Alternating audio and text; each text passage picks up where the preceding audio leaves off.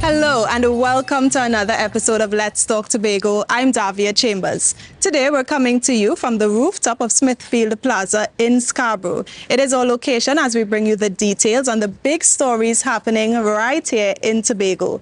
As usual, we've got lots to share with you, but we'll start with this week's headlines. We have highlights from Tobago's fiscal 2023 budget presentation. 3 Tobago students are beneficiaries of scholarships from the Chinese Embassy. The Tobago Heritage Festival gets set to return, and we take a look at how young people are getting connected to our cultural heritage.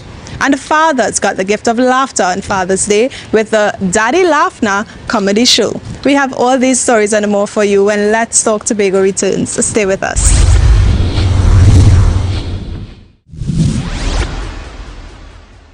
The Tobago House of Assembly consulted with various stakeholders across the island before completing its budget request. The budget presentation was recently made by Chief Secretary Honorable Fali Augustine at the Assembly Legislature. We have more in this report. It's going to take $3.97 billion in fiscal 2023 to continue making Tobago the greatest little island on the planet. That figure is the budgetary request being made by Chief Secretary and Secretary of Finance, Trade and the Economy, Honorable Fali Augustine. The Chief Secretary delivered his inaugural budget presentation titled Towards a Smarter, Greener and More Autonomous Tobago.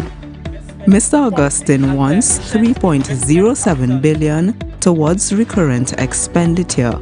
A further $900 million has been estimated for development expenditure. The Division of Health, Wellness and Social Protection is projected to receive the largest share of recurrent expenditure.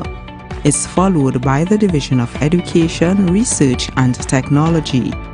The Division of Infrastructure, Quarries and Urban Development is also assigned a significant portion of the proposed recurrent budgetary allocation. Education, Research and Technology, $485.06 million. Community Development, Youth Development and Sport, $161.34 million. Infrastructure, Quarries and Environment, $455.36 million. Food Security, Natural Resources, the Environment and Sustainable Development, $250.98 million. Health, Wellness and Social Protection, $918.40 million. Development expenditure has been earmarked for several areas. These include tourism, food security, housing and road works. The estimates for the development program for fiscal 2023 amounts to $900 million. This represents an increase of $636 million over the parliamentary allocation for fiscal 2022. The estimates are disaggregated as follows.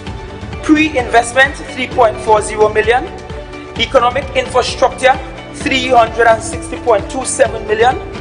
Social infrastructure, $400.63 million. And multi-sectorial and other services, $135.7 million.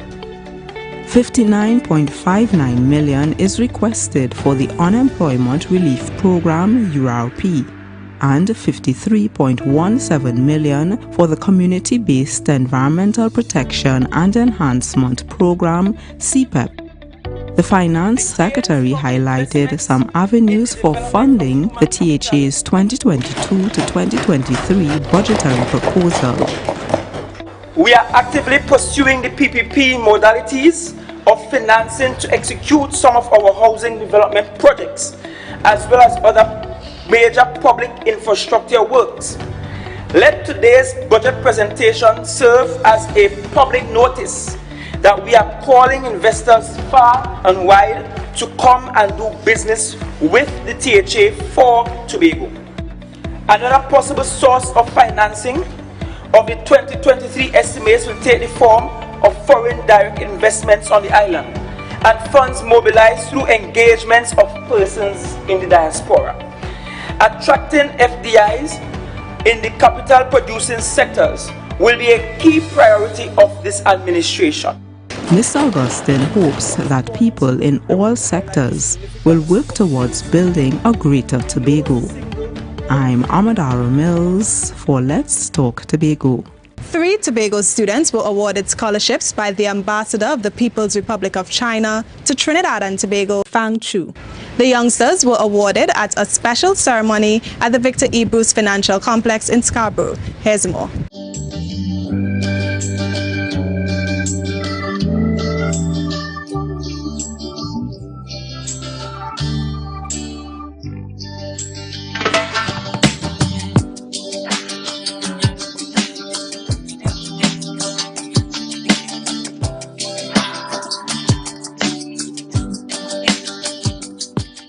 Today's occasion also reminds me of the inspiring words of the late Dr. Eric Williams.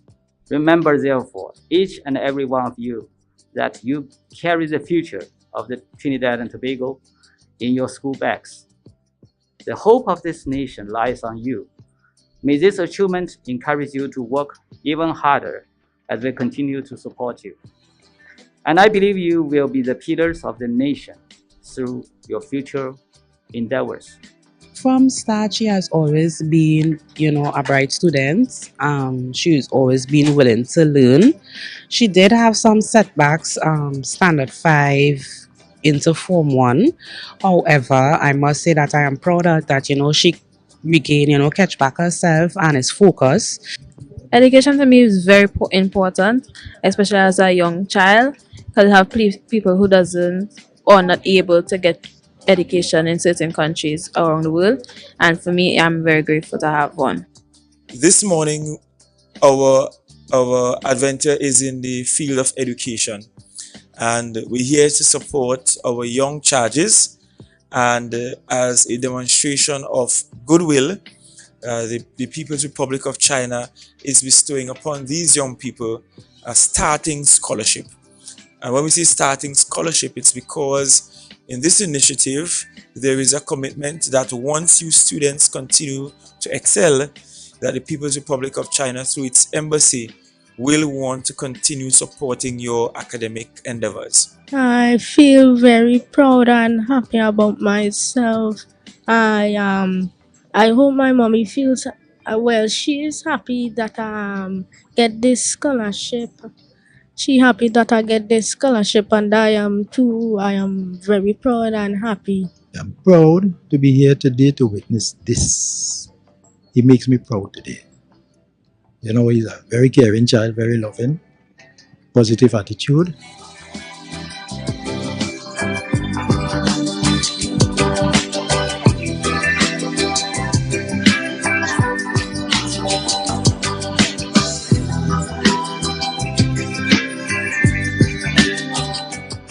I felt very shocked, because I didn't have no sort of mindset on it. I just come home yesterday and he told me, well, did they tell you anything? And then he explained to me where it is. We intend to, especially for this new term, because she's going into Form 4, so it will assist her with buying, purchasing her school supplies, her books and that kind of thing. So it is in fact coming in very handy. This country recently observed Labor Day 2022, an occasion to recognize the importance of workers' rights in Trinidad and Tobago. And in joining in Tobago's celebrations, Chief Secretary Honorable Fali Augustine says the Tobago House of Assembly is focused on improving conditions for the workers at the lower end of the income scale. Here's more. June 19th is Labor Day, a significant date on the country's calendar that highlights the importance of the rights of workers. It was first observed on June 19, 1973, and shone a light on the need for better working conditions for the people of Trinidad and Tobago. It also remembers the father of the national labor movement, Tubal Uriah Buzz Butler. Right here in Tobago, Chief Secretary Fali Augustine walked in solidarity with the trade union movement. He's also an advocate for justice for workers. Today, on Labor Day, the call must be for justice. Not equity, but justice. Because equity says that we give everybody the same amount. Justice says that we give those who need more the most, so that they will have equal opportunity with those who already have. Within the first 6 months in office, we have already made moves to increase the salaries of the lowest paid among us, our CPEP and URP workers, by 50.40%. The Chief Secretary says his administration will continue to stand in support of workers to ensure they can achieve a better quality of life. We need to do away with these month-to-month contracts, these 3 months contracts, and give a minimum of 3 years contract for our workers. We have already come up with a design and a plan to provide a housing solution that will cost you $300,000 or less, so that our daily rated workers could afford somewhere to live.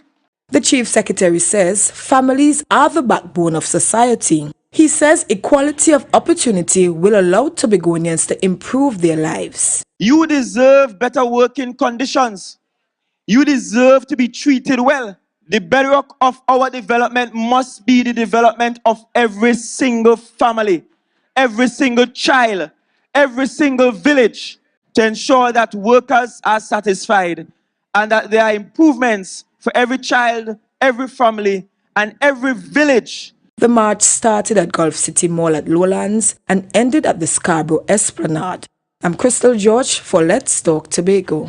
We have to take a break, but when we return, we'll tell you all about a key marine conservation initiative right here in Tobago. Stay with us, we'll be right back. Welcome to the 53rd General Assembly of the Caribbean Broadcasting Union from August 15th to 17th at the Magdalena Grand Beach and Golf Resort in beautiful Tobago. This year's theme, Media and Information Literacy. Tobago is a smaller sister in the twin island republic of Trinidad and Tobago, nestled in the heart of the Southern Caribbean. Enjoy 116 square miles of historical sites and award-winning eco-friendly land and marine spaces, including the magical Nylon Pool. And you're just a ferry away from a Trinidad adventure. Our warm hospitality, rich cuisine, and unique traditions will inspire you to extend your stay. Tranquil Tobago is where the Caribbean connects for the 53rd CBU Assembly. To register and enjoy discounts on Caribbean airline flights, visit www.caribbeanbroadcastunion.org. Come and experience beyond ordinary. Welcome back to Let's Talk Tobago. Now, the Marine Tobago Initiative is a marine conservation project spearheaded by the Institute of Marine Affairs. The Tobago Tourism Agency Limited has been playing an active role in the project since it was launched earlier this year. This time around, though, the agency is helping to revitalize the island's seagrass population. In our next story, we'll tell you how and why this is being done. Listen up. Planting grass in the sea may sound like an absurd idea at first, but seagrasses are vital to our environment. Atish Kanhai, a research officer at the Institute of Marine Affairs, the IMA, says these marine plants are quite versatile. Seagrasses serve many different purposes for the ecosystem. For one, they help stabilize the shoreline in synthetic sediment. They also provide habitats, nurseries for things like shellfish and different fish species. And they also help purify the water. And they help promote biodiversity in general as a productive ecosystem. This seagrass replanting activity is just one of the IMA and BPTT's recently launched pilot project titled Marine Resilience Initiative Marine Tobago.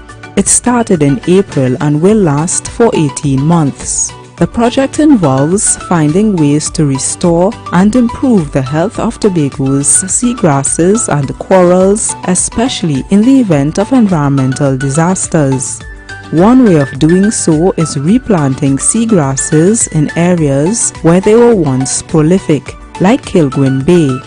It also involves facilitating educational seminars with local stakeholders like the Speyside Eco-Marine Park Rangers, SEMPA, and the Tobago Tourism Agency Limited, TTAL.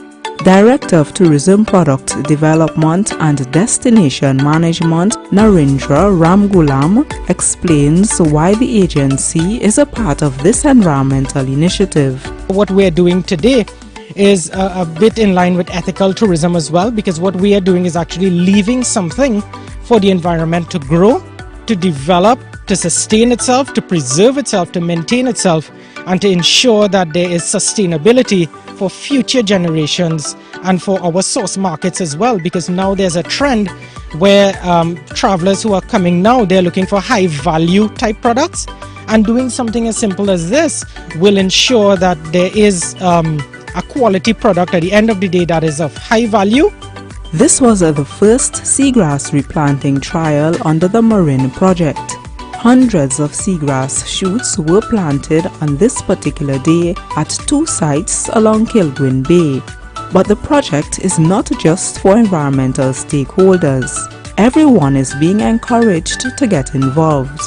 We came, me and 3 other members of SAMPA came because we are aware of how important seagrass is to turtles, especially the critical endangered ones. We want them to come back to this nesting site, especially this one because it's not as populated as the rest. It is our hope that through education and sensitization that they will understand how this benefits the average Tobagonian and Trinidadian, why it makes sense to maintain biodiversity, maintain seagrass beds in terms of fisheries population, in terms of the environment. So once we get people on the ground to take ownership of it, I think the project stands a better chance of success. The planting sites at Kilgwin Bay will now be incorporated into the IMA's current seagrass monitoring schedule. The monitoring takes place several times per year to check on the state of seagrasses around the island. This checking component will add to the data collection about the condition of the island's coastal and marine areas. I'm Amadara Mills for Let's Talk Tobago. Tobago is anticipating the return of the Tobago Heritage Festival, which has been held virtually for the past 2 years. But there's also a lot in it for the youth. The Junior Heritage Festival is providing a platform and an opportunity for the intergenerational transfer of knowledge using a range of safe and interactive activities. You'll find out more in our next story. Have a look.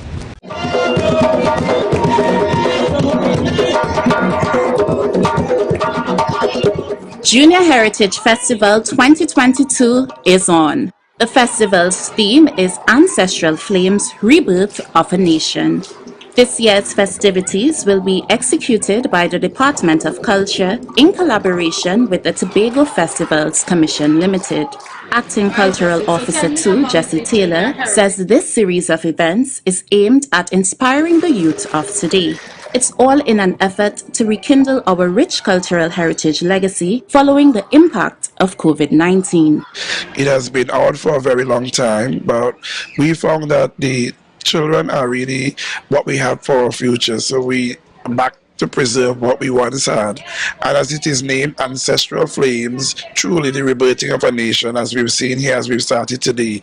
So the attempt is to encourage all our youth and all our children to go back to that time where we created the old time days, bring back the old time days, I should say, and to revisit those past times, storytelling, and to engender in them a sense of hope and generation that will be birthed to keep the traditions alive. The first school to experience the caravan was Scarborough Roman Catholic Primary School. The students learned about heritage and traditional Afro-Caribbean dances, music, drumming, and games we once played. In all, 15 schools will experience this. I did enjoy all of the heritage performances today. I did love all of them this morning. The parade was historic, good, and good. There'll also be junior heritage exhibitions at Fort King George on July 27th and 28th. Also scheduled for July 27th is a Tobago Heritage Science Competition. We also have what is called When Science and Culture Collides, which we are encouraging all the children in the various schools to take part in this science competition and create a working tourism model of some kind of project or some kind of thing that they innovate, create, that they can show where we bridge traditional culture with technology. Because you see where we're going, the world is fast-paced, it's technologically savvy. So we have where science collides with culture. Additionally, we have Junior Miss Heritage and a Little Miss Heritage, which will happen up at the 4th and the 27th and the 28th. The festival ends on August 1st at the Emancipation Day celebrations at Tobago Heritage Park with presentations and judging of the Junior Heritage Queen. I'm Marina Elaine for Let's Talk Tobago. It's been a while since staff at the Office of the Chief Secretary has been able to get together and get outdoors. So employees and their family members took the opportunity to do just that on Corpus Christi at the Buku Integrated Facility with a 5-a-side football competition and a cooler line. The theme was One Family, One Love. Here are the highlights.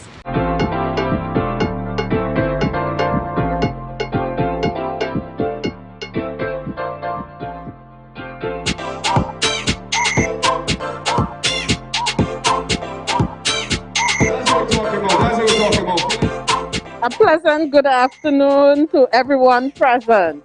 Let me recognize all the heads of departments and units under the Office of the Chief Secretary, as well as our hard-working organizing committee. It was about 6 weeks ago that I would have challenged the heads of department to do something to bring all staff together as a family and to have fun. And ladies and gentlemen, I thought we would have had just a simple acknowledgement for fathers. However, they went way beyond my expectation. It is with a glad heart this afternoon that I welcome you to the first of what we hope would be many fun events that the Office of the Chief Secretary will have in 2022.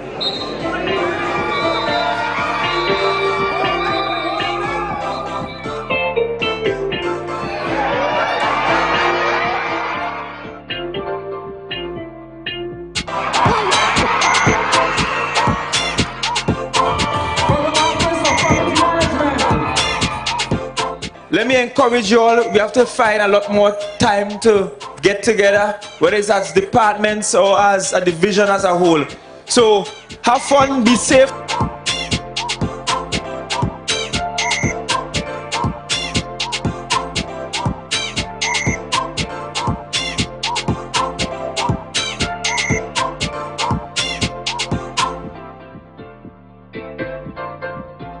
Coming up next, dads in Tobago had their bellies filled with laughter on Father's Day. We'll tell you more about the Daddy Laugh Now comedy show held at Shaw Park Complex right after this break. Stay with us.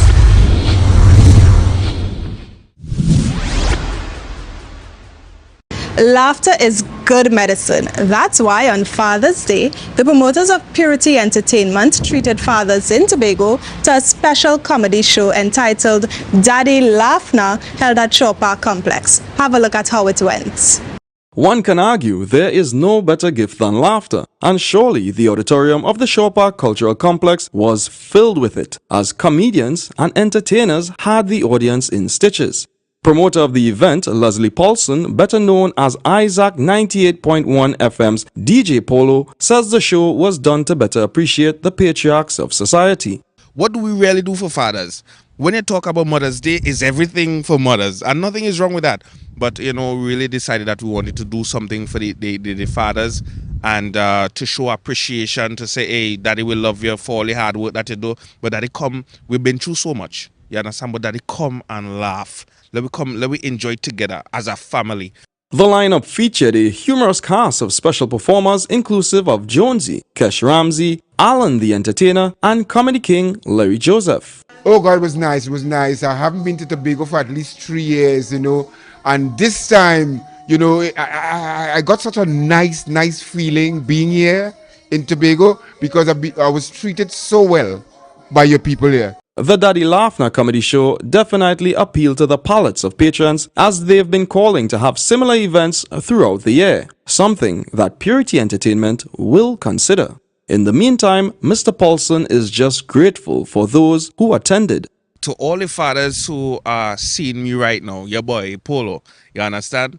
And those of you who are doing a great job in terms of parenting, keeping up on everything that you have to do as fathers, kudos.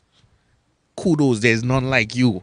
You understand? So you just continue doing what it is that you do best. Continue loving, continue protecting, continue being that king, that priest, so that you are. Promoters are already planning the Daddy Laughner event for 2023, as they hope it can become a calendar event in Tobago. I'm Ryan McCool for Let's Talk Tobago. Tobago's consistent performances in the pool have been paying off at both the national and regional levels, including a record-breaking performance at the Pan American Age Group Championships. Here's more. Even after a 2-year slowdown, the Tobago YMCA Aqua Warriors continue to make a mark on national swimming. The group enjoyed success at the recently concluded National Long Course Championships hosted by the Aquatic Sports Association of Trinidad and Tobago. The meet was held at the National Aquatic Center in Balmain Couva in Trinidad. Aqua Warriors coach Mosey Dinoon says the athletes' successes have been due to their hard work and dedication. The Tobago YMCA Aqua Warriors was founded in 2014 under the Tobago YMCA umbrella. This project was more or less Dr. Eastland Mackenzie's baby brainchild. So we have formed the club in 2014, and since then we have been doing really well in national and regional swimming championships. But it's nice when you have athletes who are committed and dedicated to showing up and showing out every single time. When you go to swim meets, they are willing to do the events, they don't back down from a challenge. So it's good that it's really just hard work always shows the rewards. So the rewards that we are reaping now is because of the hard work of the athletes, the parents, the support system that is there. Mr. Dinoon is pleased with the progress of the club. He says competitive swimming requires sacrifice. We are very elated, we are happy of the work that we put in and the rewards that come from, everything. It's not easy getting up at 4 in the morning or 3:30 because we are actually national swimmers as well as national coaches as well. So we get up in the morning and we do our training session at 3 a.m. and then we train the swimmers at 5 a.m. Recently we took part in the National Open Long Course Championships where the team came back with 16 medals and 4 trophies. This is 1, 2, 3 of the 4 trophies. That's mainly the best that we have done for this season, 2022 season thus far. Assistant coach Rochelle Pierre, who often competes alongside the team, says seeing her swimmers excel is rewarding. Well, the thing that drives me about coaching is helping athletes, swimmers that are interested in the sport achieve their goals. It's a very satisfying feeling to, know that you contributed in some way or the other to keep them motivated and dedicated and to really be successful in reaching where they want to go. Teenager Jacob Cox admits that it is challenging juggling school and swimming, but he's motivated by the winning feeling. It's pretty difficult with the schoolwork and training, but yeah, I make it work. It does feel pretty good, but it does get more courage to keep pushing to get better. In all, at the national championships, the Aqua Warriors swam away with 16 medals, 5 each for Rochelle Pierre and Mosey Dinoon, 3 for Shidel Johnson, 2 for Onella Walker, and Jacob Cox 1 medal. Walker followed up her national showing with 5 medals, including 3 gold, at the recent Pan American Game Age Group Championships. And she swam away with a national record to boot in the girls 18 and over 100 meter backstroke event in 1 minute 4.18 seconds. I'm Crystal George for Let's Talk Tobago. Well, we've come to the end of yet another edition of Let's Talk Tobago, and as always, we thank you for watching. Please email us with your comments or queries about the program, and be sure to like our Office of the Chief Secretary THA Facebook page, visit our website, and follow us on Instagram and Twitter. From our house to yours, I'm Davia Chambers, along with the Department of Information, Office of the Chief Secretary, Tobago House of Assembly, wishing you a safe and productive week.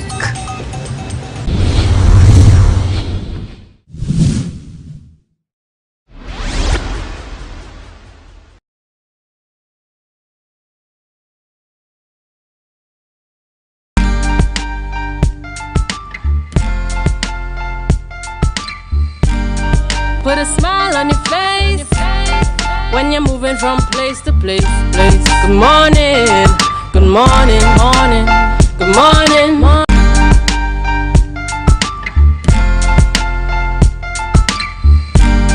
Put a smile on your face when you're moving from place to place. Good morning, good morning, morning, good morning, morning.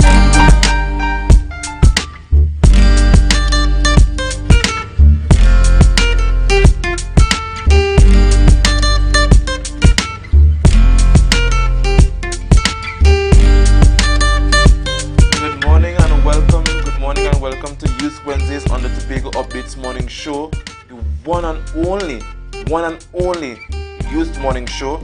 We are live here in Portmore, Scarborough, and I am your host, your favorite youth host, Dwayne Nurse. And I am Aliyah Hula, and it's Youth Wednesday on the Tobago Updates Morning Show, which comes to you live from M&E TV, YouTube, Facebook, 91.9, Smash Radio TV, and TobagoUpdates.com. Good morning, Tobago. Good morning to you, Dwayne. Good morning, good morning. I know you guys missed me, right? For 2 weeks I've been out.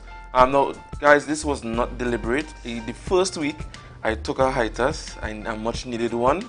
And the second week, which was last week, I could not make it despite my best efforts. Imagine I was in Trinidad. I went by the best barber to come here in the morning, but you know how this situation is with Caribbean Airlines, that is. But I'm here nonetheless today, and I know Ali miss me. So thank you guys for the love. I know Ali, you miss me. You miss me. That's a That's an understatement. That she just saying. But you know, what has been happening in this space? A lot has been happening. We have the budget, and now we have this storm. This tropical watch that is no more. Thank God for that. You know, we were a bit scared yesterday, given past experiences. You know, Tobago, often in the north side. You was born them time?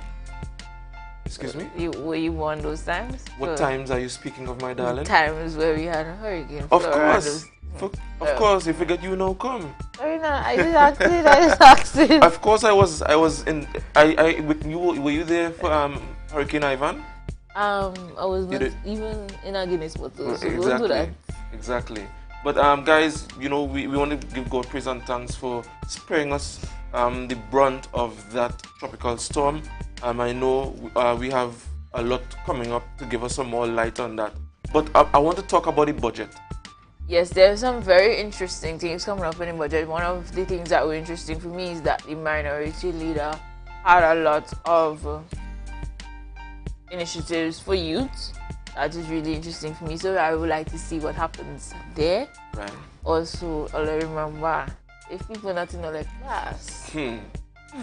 Some people really listen. Class. I looked at that and I don't know if to laugh, cry, or frown. But I did all three, to be honest. So I know Honorable my place. Chief Secretary. That made me know my place for sure. And also, if I'm not talking to you, oh gosh, I never call your name. I never said doing this initially. Yeah, Relax. Somebody threw some corn. Never call no foul. And the fowl just choose to pick it up. Right, true. But I mean, I'm more from that. We are really happy that the budget is, you know, robust and very extensive in terms of resuscitating the economy of Tobago. You know, we have a 3.9 billion projection in terms of what we are asking for from central government. And we see some very key areas like food security. We see environmental sustainability. We see a lot of PP, private partner initiative for building housing and on all these kind of things. And you know, I think it's the first time we have seen a budget so extensive and so thorough. And you know, we're really hoping that, you know, more than likely the central government accedes to our wish and our wish pertaining to the allocations. Well, that's a really large hope, because I mean, in yesteryears we have seen that they would have not given us what we asked for. And also I want to congratulate PDP on having such an extensive and inclusive budget on actually 6 or 7 months in office. So congratulations to them. Yes, congratulations to them. As well, I would like to say congratulations to the Youth Prime Minister, Mr. Dickon Mitchell of Grenada, who has now been elected and will be on with us on Tobago Updates next week, Wednesday. Right, all right. So, congratulations to you. I'm certain you were the one that made that call. Of course, no. Go with all the links. But I am really happy to see you taking up spaces across the Caribbean in terms of big leadership roles, and I hope that Trinidad and Tobago takes very, very much and pays very close attention to this, and that we have some more youth cabinet ministers and maybe a youth prime minister soon. Oh yes, and I think, you know, it's the time is you know, reminiscent of is encouraging more youths to participate in governance, and I think it's very, very, very, very encouraging. Right? So we want to go straight into birthdays. Who do we have for birthdays this morning? Do you want to begin the birthdays? Oh, so for birthdays this morning, we have Mr. Nathan Beard. Happy birthday to you from myself and doing first, and then from the Tobago Updates family, wishing you all the best. All right, happy birthday to you, Mr. Nathan. And then we have Miss Gillian Mitchell. Happy birthday to you. You look lovely, and I'm certain that given that today's your birthday, you're going to even look more lovely today. So happy birthday to you guys, to you. And we have a surprise. You know, we kind of missed this birthday. So we have a little surprise to show up, you know. Happy birthday to you, Mr. Ronel. Mr. Wood, happy birthday to you. Oh. The one See, and dancing only, up and thing, carrying on himself. The This one when he and realized only that one. the camera was on him, but you know, as a friend. Happy birthday to you. Birthday to you. Big up to you, Pa. And I hope when I pass later I get something to drink, eh? I hope when I pass later I get something to drink. But guys, let's go to the rundown. Yeah, tell us who's on the rundown this morning. Oh, I think you should do us the honors. So, on the rundown this morning, which is quite fitting to the situation that's happening, we have the director of the Tobago Emergency Management Agency, Mr. Alonso, coming to talk to us, of course, about what's happening throughout Trinidad and Tobago as it pertains to this storm and what could happen and what's the area that we are at right now. And following that, who do we have? Oh, we are interviewing Keisha Harry, and we're talking about homemade flour, right? And I want to term it, You Are My Flour. Which flour are we talking about? Stay tuned, and you will get to see who the flour is, right? We're talking about. I'll just leave it at that. And then following that, we have, who do we have next? Before I say who we have next, Dwayne went away for 2 weeks and come back poetic. What's going on? But finally on the rundown, we have Miss Crystal Brascom, Rockville Policy Club executive member, coming to speak to us about the Chief Secretary's Night Football Cup, which would have launched last Saturday but officially starts this weekend. And that's it to end the show today. So, guys, as you stay tuned, remember to share the life, share the life, share the life. Pretty like my mama. I don't wanna pick your brains. I just want the microphone. Take the mask off your face and look at me face to face. Are you an artist, reader, or passionate about culture? Then join us on Saturday, 2nd July from 3 p.m. for the official Tobago book launch of The Chronicles of Kyrie, held at One Love Arts, Atelier and Emporium, located at Wallfield Trace, Canby, Tobago. An evening of culture, folklore, dance and music, celebrating our unique culture. Admission is free. For updates and further information, follow us on Instagram, The Chronicles of Kyrie, or call us at 460-5439. See you there. Pre-qualification notice deadline 30th June 2022. The Tobago Regional Health Authority (TRHA) is updating its current list of pre-qualified contractors, suppliers, consultancy firms and sole traders to ensure compliance with the mandate of the procurement regulations of Trinidad and Tobago. All interested contractors and suppliers desirous of entering into business arrangements with the TRHA are invited to engage in the pre-qualification of suppliers registration process. For more information, visit the following link: trha.page.link/tenders. The Street 919 FM and the Tobago Updates presents the Tobago Updates Morning Show live simulcast on the Street 919 FM. Start your day with all the information you want and need with the simulcast of the Tobago Updates Morning Show live Mondays to Fridays from 7 a.m. on the Street 919 FM, the official station that defends the nation. MI4 Security Services Company is the most advanced security service in Tobago. Ask about our cash and transit service. It's safe, risk-free, reliable, and timely. We provide safe banking delivery for all business types and sizes with highly trained staff, 24/7 monitoring, coordinated emergency response, and a well-maintained fleet of armored vehicles. Contact us at 660-7723 or visit our website at www.mi4securitytt.com to sign up today. Saturday, July 2nd, come and experience Sun Up, the sexiest event in the East. Deltec Compound, Main Road, Argyle. Time 11 a.m. to 6 p.m. Your DJs, Mighty Crush, 3D, King Regal, Showtime, and MC Snoopy. Ticket outlets, Barcode, Lust, or contact 359-5040 or 724-7656. Sun Up, the sexiest event in the East. Saturday, July 2nd. You won't want to leave until the sun goes down.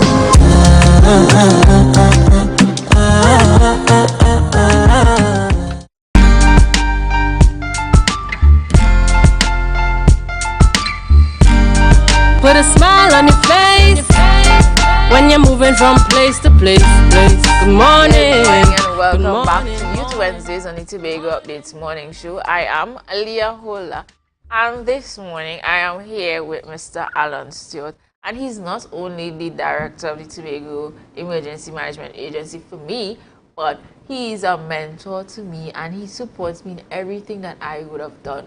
And throughout these past hours with this tropical storm, I remember when he was the one that envisioned or said the supported that I went to St. Martin to be a part of the Caribbean Disaster Emergency Management Agency conference, and I learned a lot about storms and hurricanes and all the tropical things that need to happen and the necessities. So, good morning to you, Mr. Stewart. Good morning. It's good seeing you, Ms. Holder. You look fantastic, and you've been doing a fantastic job here at the updates. Thank you very much. And can you tell us what is the ideal function of TIMA? Certainly. It's important that all of Tobago have a better understanding, even in the wider spaces, the role and the function of the Tobago Emergency Management Agency.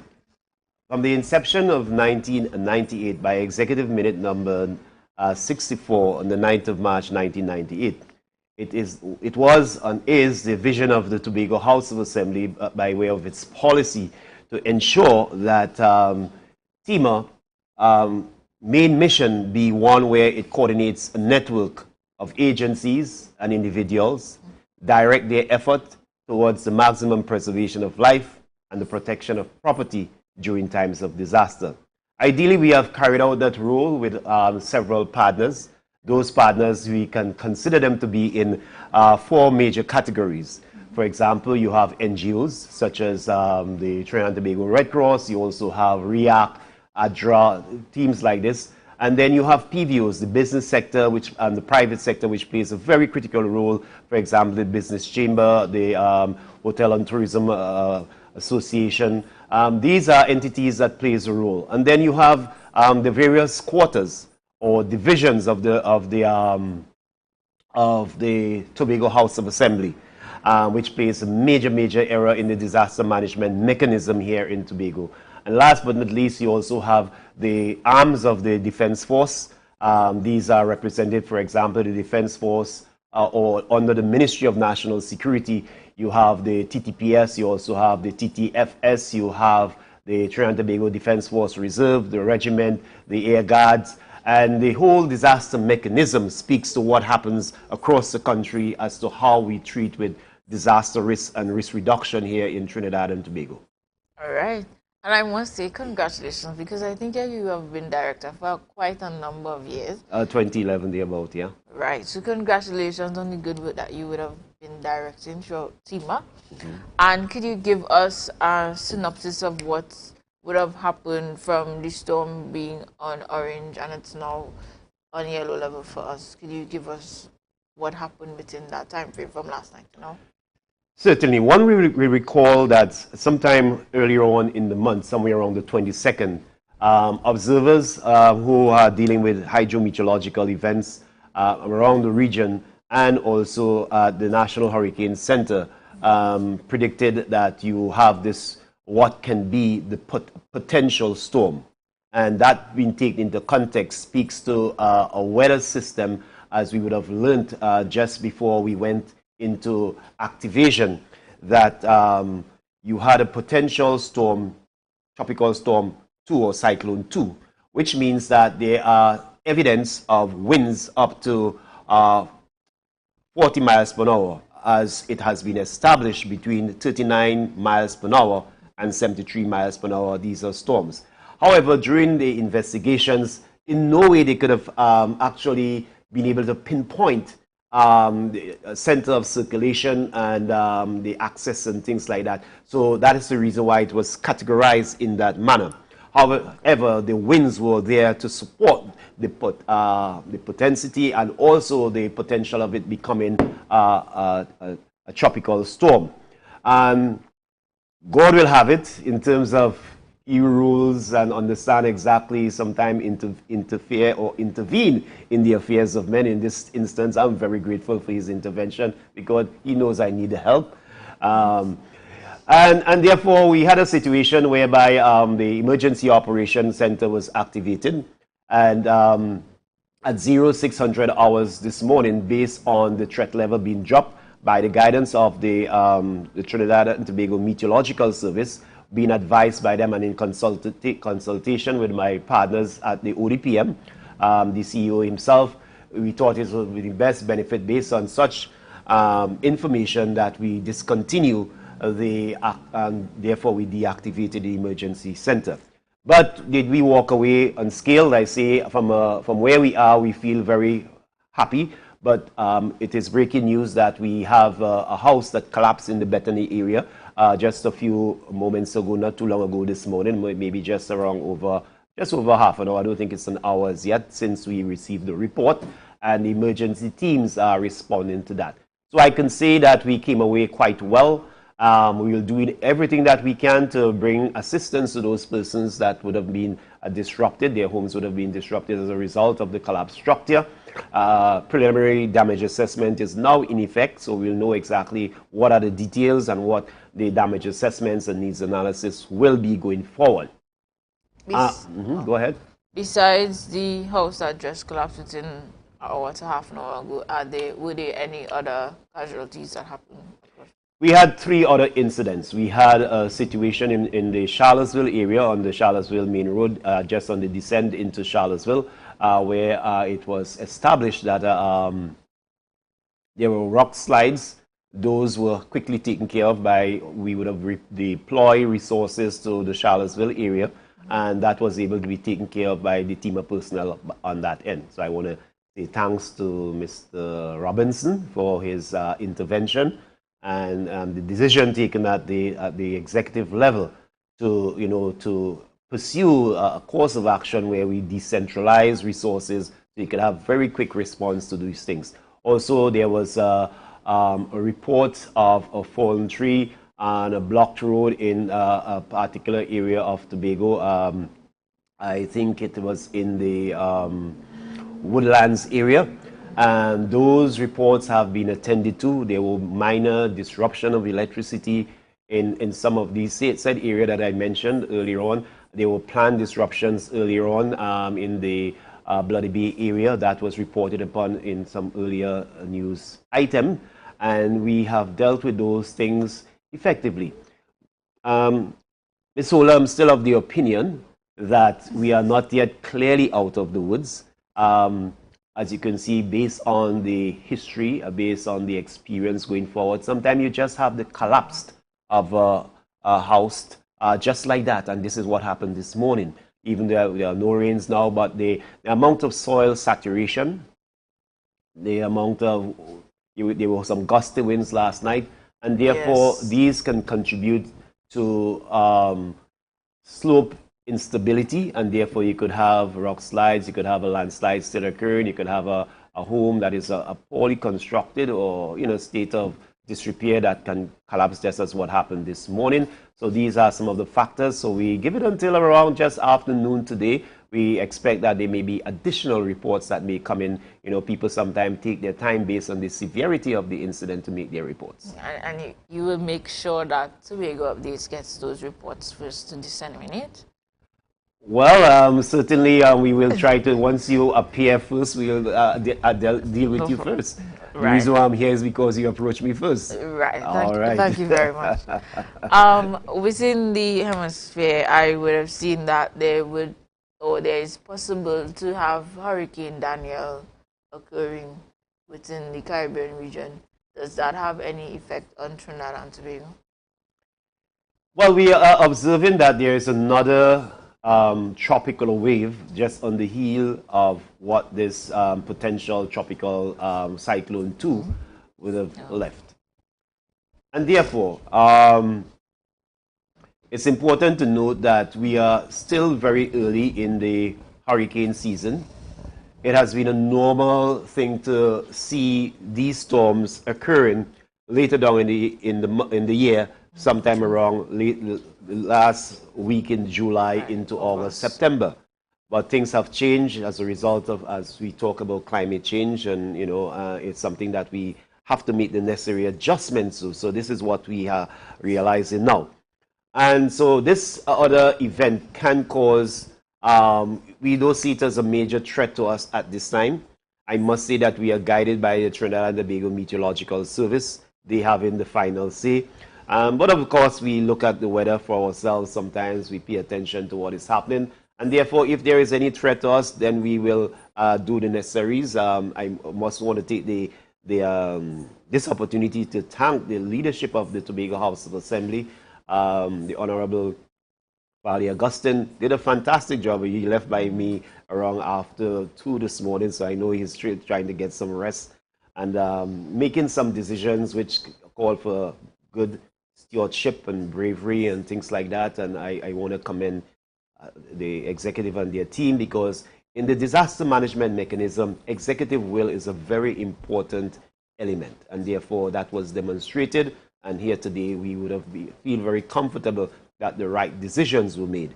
I know that they will later on today, the media will be communicated to in regards to those issuance of notices of as to the work and how work will be today going forward, and when the place will get back to normalcy. But obviously, there's a lot of debris to be cleared. There were schools that were utilized as shelters, and therefore these things need to return to normalcy, and it will take some effort in the what you may call a deactivation phase.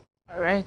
And to end this interview, could you give the public what are some of the necessities needed for a tropical preparation? Preparation. Yeah.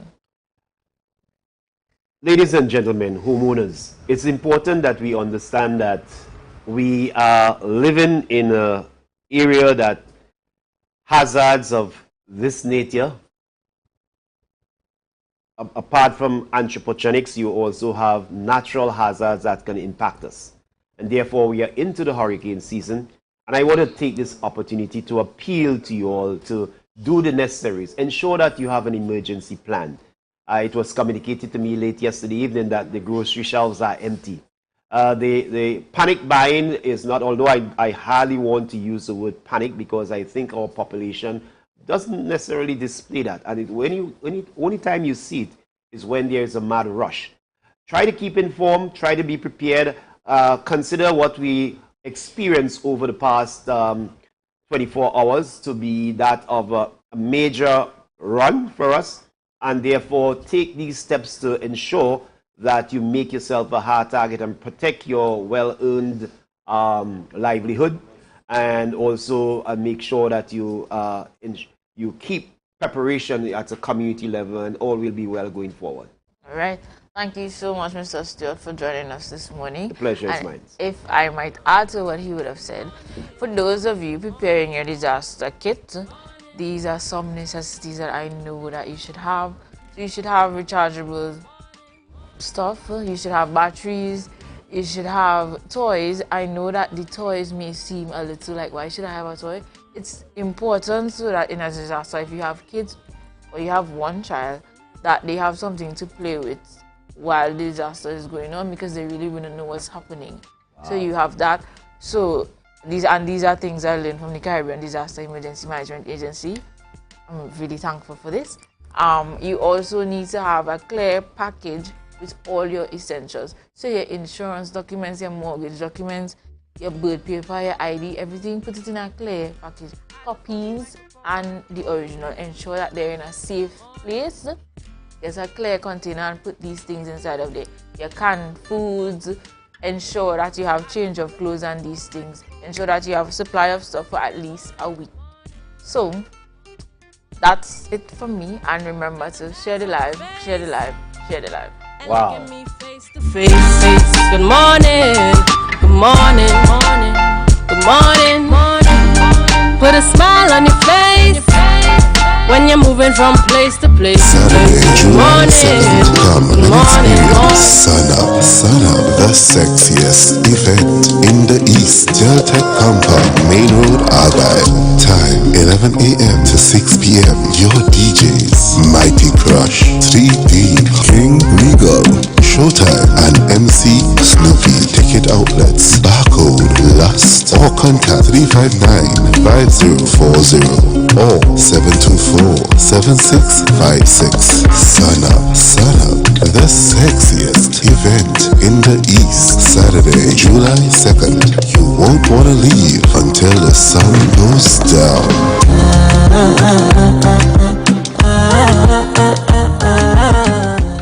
Tobago Glass Supplies has been a leading name for over 37 years in the glass and aluminum market in Tobago. We provide an extensive range of high-quality, innovative aluminum and glass products for commercial and residential use. Competitive prices with superior and professional services by committed employees who are guided by rigid quality standards. Tobago Glass Supplies specializes in the manufacture and installation of glass and aluminum products that are essential to today's homeowners and the business environment. We are engaged in marketing, sales, and installation of a variety of products. These ranges from windows and doors to necessities such as mirrors for homes and vehicles, designed and manufactured in-house or imported.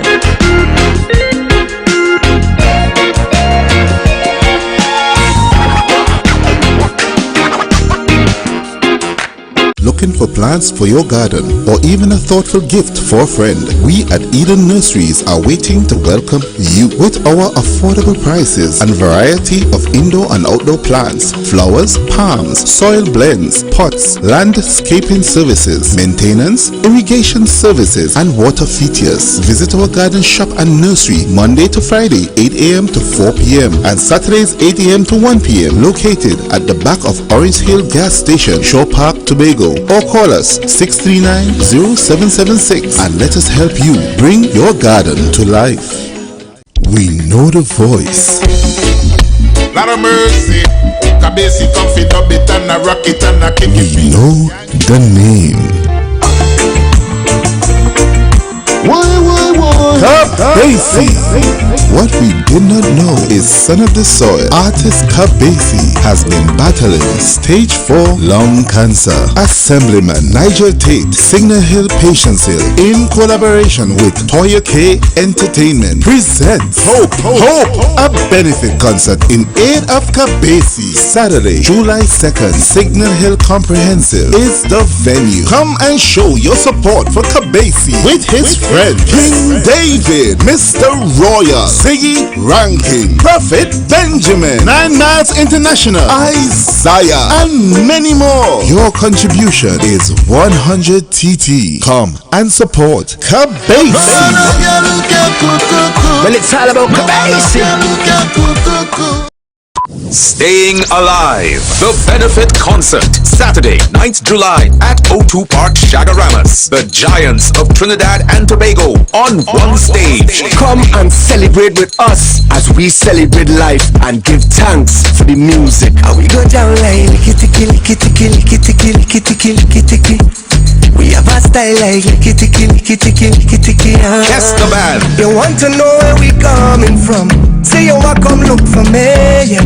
If you're willing to have some fun, I go keep you company. Staying Alive, the benefit concert. There is nowhere else in the world you're going to see all of these giants on one stage. Guess the band. Machelle Montano, Freetown Collective, 3 Canal, Orange Sky, plus many more artists to be announced. Tickets available online at islandetickets.com. All Häagen-Dazs outlets nationwide. And Ojo World, Saturday, 9th July at O2 Park, Shagaramas. Conquering all the obstacles. Staying Alive, the benefit concert.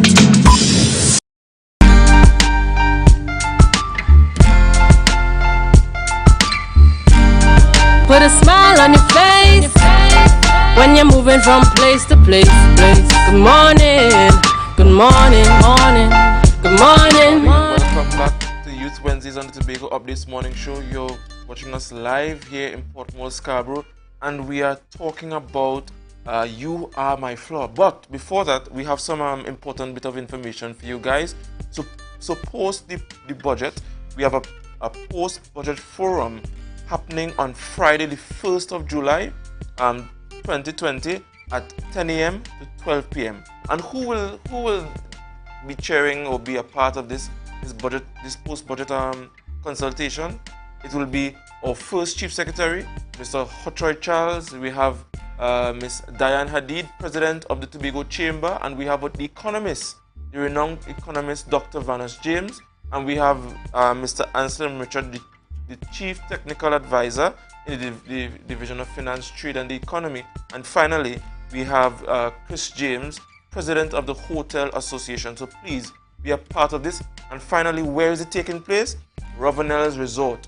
Ravenel's Resort, Bonaccord, and the Tobago Updates will be carrying that live. So stay tuned if you can't make it. But we are encouraging you guys to visit our varying platforms to be a part of this monumentous discussion. So, You Are My Flower, and this morning we are talking with Miss Keisha Harry, the owner of Harry's Natural Products. Good morning to you. And good morning to you also, and thanks for having me. Oh God, it's a pleasure. I mean, a nice empress, I should call it this morning, right? You Are My Flower. But we're not talking about Flower. We are talking about FLOUR. That's flower. Right. So tell us about yourself and your business. All right. Actually, I started this business in 2018, right? I did not pursue it as I'm doing now. During the COVID, I had some time on my hand whereby I was at home part of the day because there were no schools was online. And I tried to utilize that time being home with my son in different ways. And this is one of the ways that I came up with utilizing my time. All right. Right? Actually, I am from Bloody Bay, Palsavia area, and they are noted for this Blue Food Festival. Yes. And they always have different products made out of dasheen. I had to pause for a word because big up Bloody Bay and the whole of North Side. Hello, good morning. Of course. Big up the whole of Bloody Bay and North Side. You can proceed. All right. So I decided, okay, the dasheen flour is something that everybody know about, the cassava flour also. So I decided to go into other provision to make flour. I first used the coconut. It wasn't as exactly what I wanted it to be for today as yet, but I went trying the banana, and it was just what I expected. And I ventured into using other provision to make the flour that I have on shelf today. Lovely, lovely, lovely. But how has this journey of developing, crafting these products been for you? You know, yes, we had a pandemic. Yes, you used the time to develop these products. But how has that been? You know, making them, testing, and ensuring the consistencies to what you want, the particle size. Tell us about that. All right. Actually, anything that I do, because I make other products also, anything I do, I would put it on Facebook. It's like I'm asking you how you find this look. Do you think you can use it in a nutshell by just posting it on my status, post on my page, and different persons would respond? And the first thing that I did was the coconut oil. One lady asked me for it, but actually I made the coconut oil for myself. So I did give her some, but then she didn't just want the some, she wanted some to buy after using what I gave her. And I made it and I sold her. And more people started asking. And I did the setting with the flour, pepper sauce I make, and seasoning that I also make today. Wow. And the balance of... But while at it, just tell us what you does make besides the flour. Just, all right. just tell Besides us. the flour, I make local green seasoning, I make pepper sauce, I make cocoa balls, I make coconut oil, both the boiled oil and the cold press oil. Wow, wow. This lady deserves a round of applause. She's really impressive. I think you realized me flour this morning. But just a bit more about the products. Like, why using provision? Why nothing else? All right. Provision is something most of us grow in our backyard. Let us use, for instance, banana. You plant one banana tree and you'll end up with a lot. You don't have to sit down and actually take care of it in that way, right? And most persons, the banana would bear, it would fall, it would ripe, it would just fall, the birds would feed. Yes, feed for the birds. But think in terms of how much food we are having wasting. Another thing I would use is like the buck, right? Buck is nobody's problem. Buck just grows. That's, no, the buck, right? And I just call this silk figure sicky, the sweet, nice. I just call that buck. Is that what you're talking about? No. Or the more kind of angular? Yes, that is exactly what it is, right? Most persons don't even think about it. It will just grow on the wayside and that's about it. But I actually looked at the things that we waste and turn it into flour that we can use, right? Yes, at this present time, the flour might be a little costly, but let's think about it. You're eating rice, the doctor say rice is not good for you. Eat banana. You don't have to pay for the banana. You don't have to pay for the buck. You can't plant these things on your own. It's just like, they say don't eat bread. Bread has too much of gluten and all these things, but you can eat the provision. Why not turn the same provision into flour and make a nice little bake? And you're touching on two pivotal points as to why this is very important for Tobago. First is food security and food sovereignty. And the second thing is having healthier alternatives to what the staple is now. Flour, the white flour, is a staple now, and we are having a lot of research backing the fact that flour isn't as healthy as an alternate, as a staple for us as we usually consume, and we see that the provision, which has been a part of our palate for a long time. You grew up eating, I'm sure you grew up eating fig and oil, banana and oil. Yes. And you know that has been keeping a lot of our older folks now. And because of that, you know, there's a more need for your alternatives. And I want to ask though, did you take into consideration the healthy alternatives, the health benefits that is attached to using these provisions? Did you consider that? And some of it, yes. Okay, for instance, like breadfruit. Breadfruit, you're having bad headache, you could use breadfruit. Wow.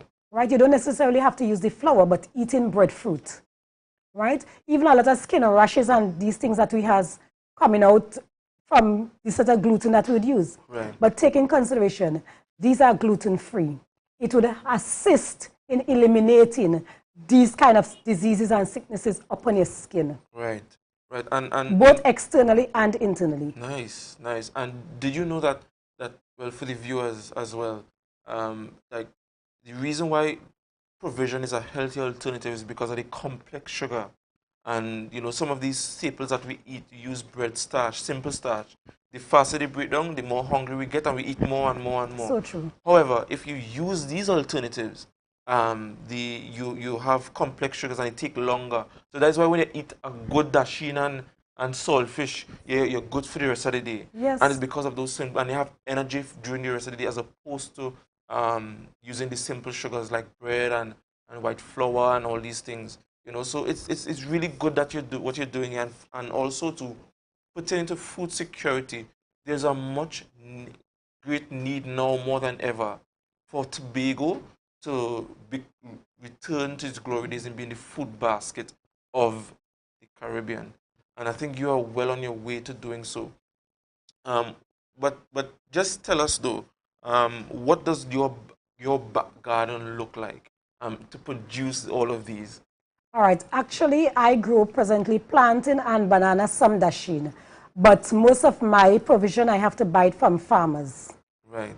And so again, we call this in business, I think, is backward and forward linkages. So you see that there's a much need for raw materials, and therefore farmers is a clarion call for you to begin to plant these things, because there's a need for these.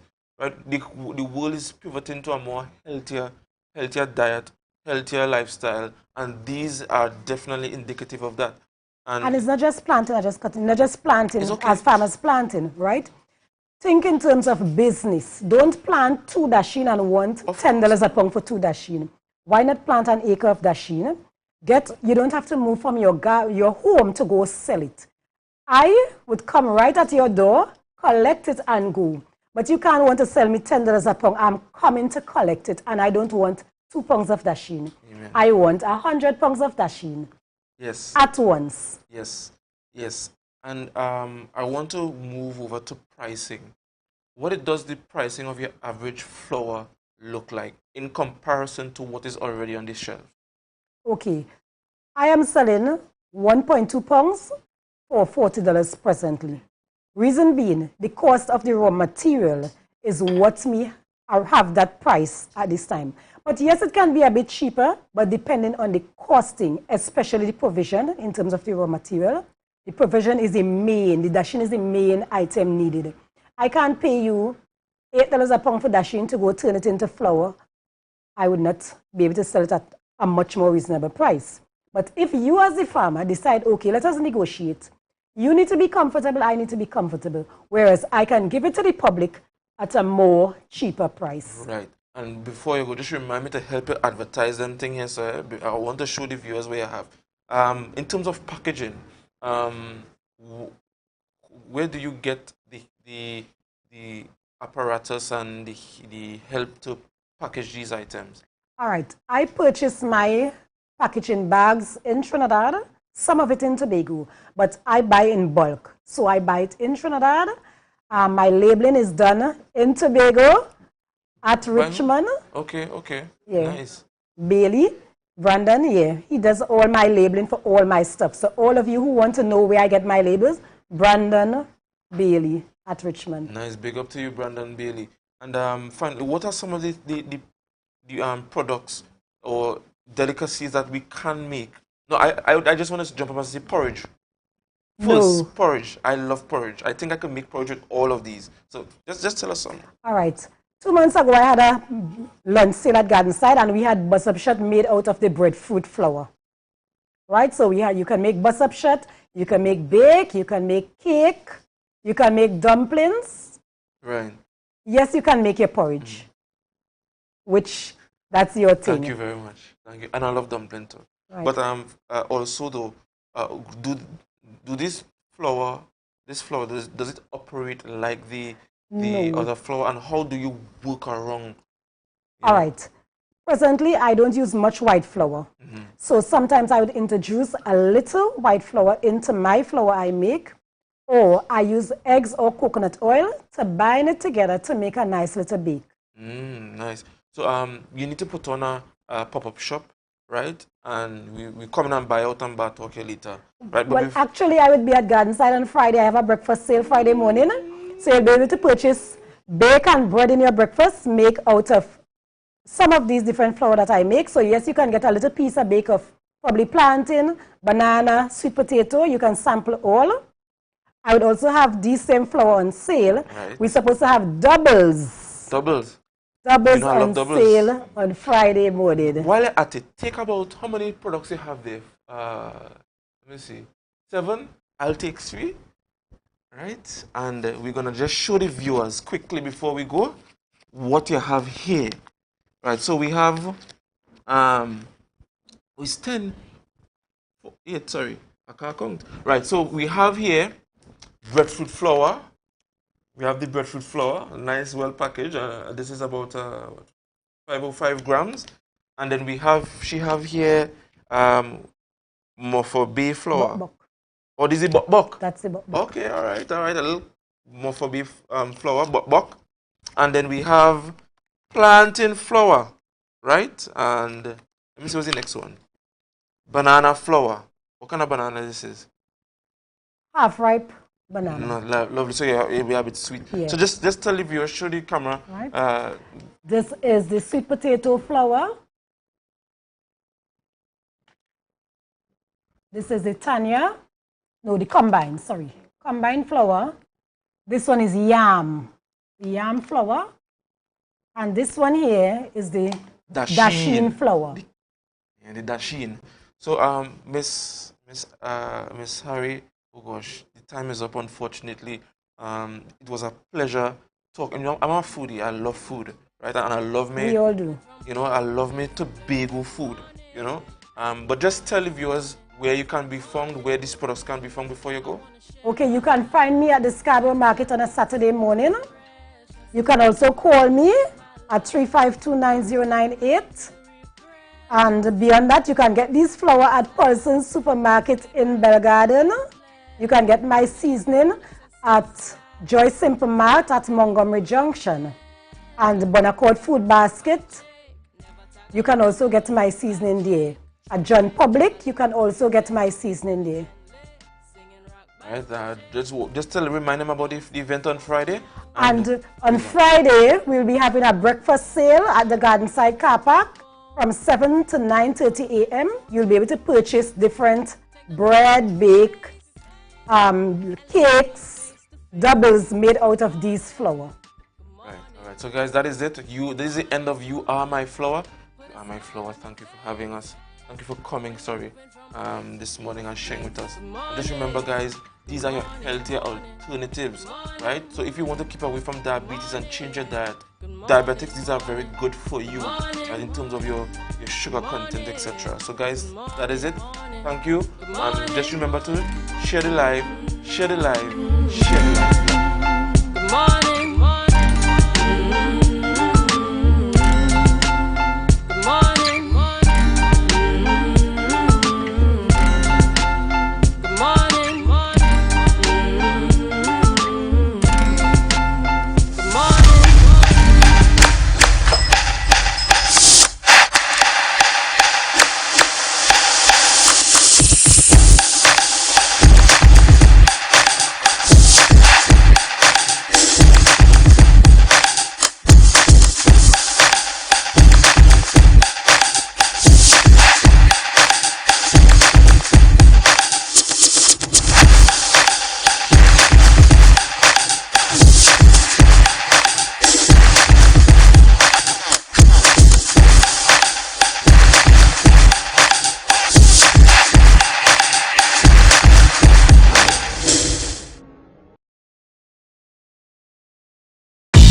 Taste in the air everywhere.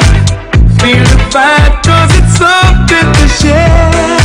Smooth, rich and creamy, you find it right here. Makes you smile, relax a while, it's fun and good share. Ooh, enjoy every scoop. Ooh, every taste will get you hooked. We have flavors that you love, a combination special. Come along, enjoy your treats.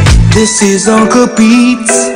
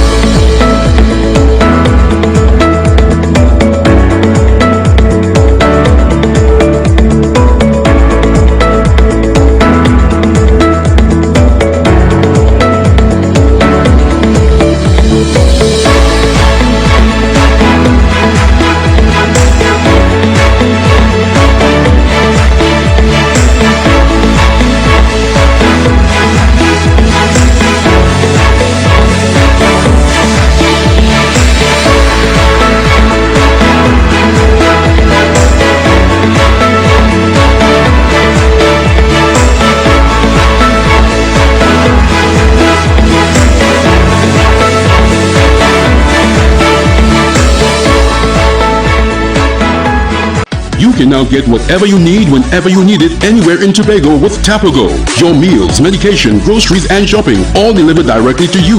No more hassle, no more stress. Get the Tobago app today on Google Play or Apple App Store. That's TAPPOGO and let us deliver to you. Check our website at www.tapogo.app or call the experts at 494-TOGO and 484-4746. Tapago. Relax. We will get it to you. Tapago's at your service. It's a different type of thing down there. And we party till we drop down there. With a lot of pretty girls down there. Down in Tobago.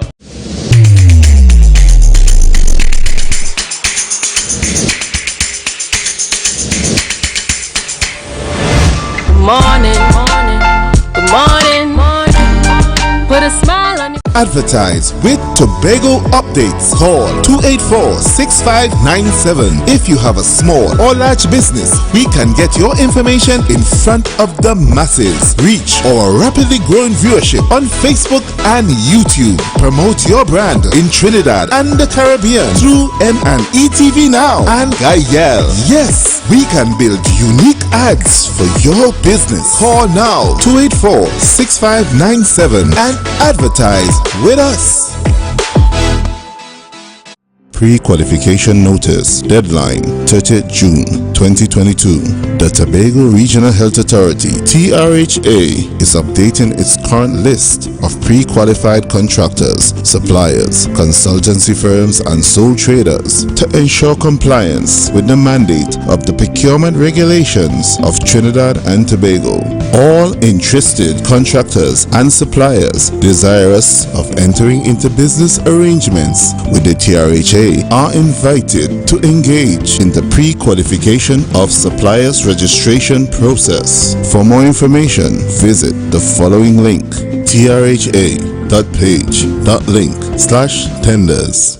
MI4 Security Services Company is the most advanced security service in Tobago. Ask about our cash and transit service. It's safe, risk-free, reliable, and timely.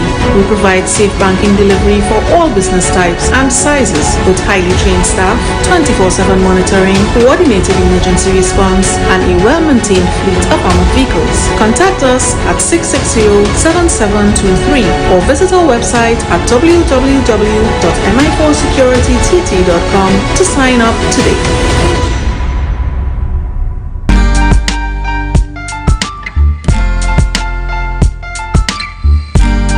Put a smile on your face when you're moving from place to place. Good morning, good morning, morning, good morning. And you are viewing Tobago Updates Youth Wednesday morning show. And I am Aliyah Holder. And in this final segment, we have Miss Crystal Bascom from the Roxborough Poetry Club coming to speak to us about the Chief Secretary's Cup, the night football competition. Good morning to you, Crystal.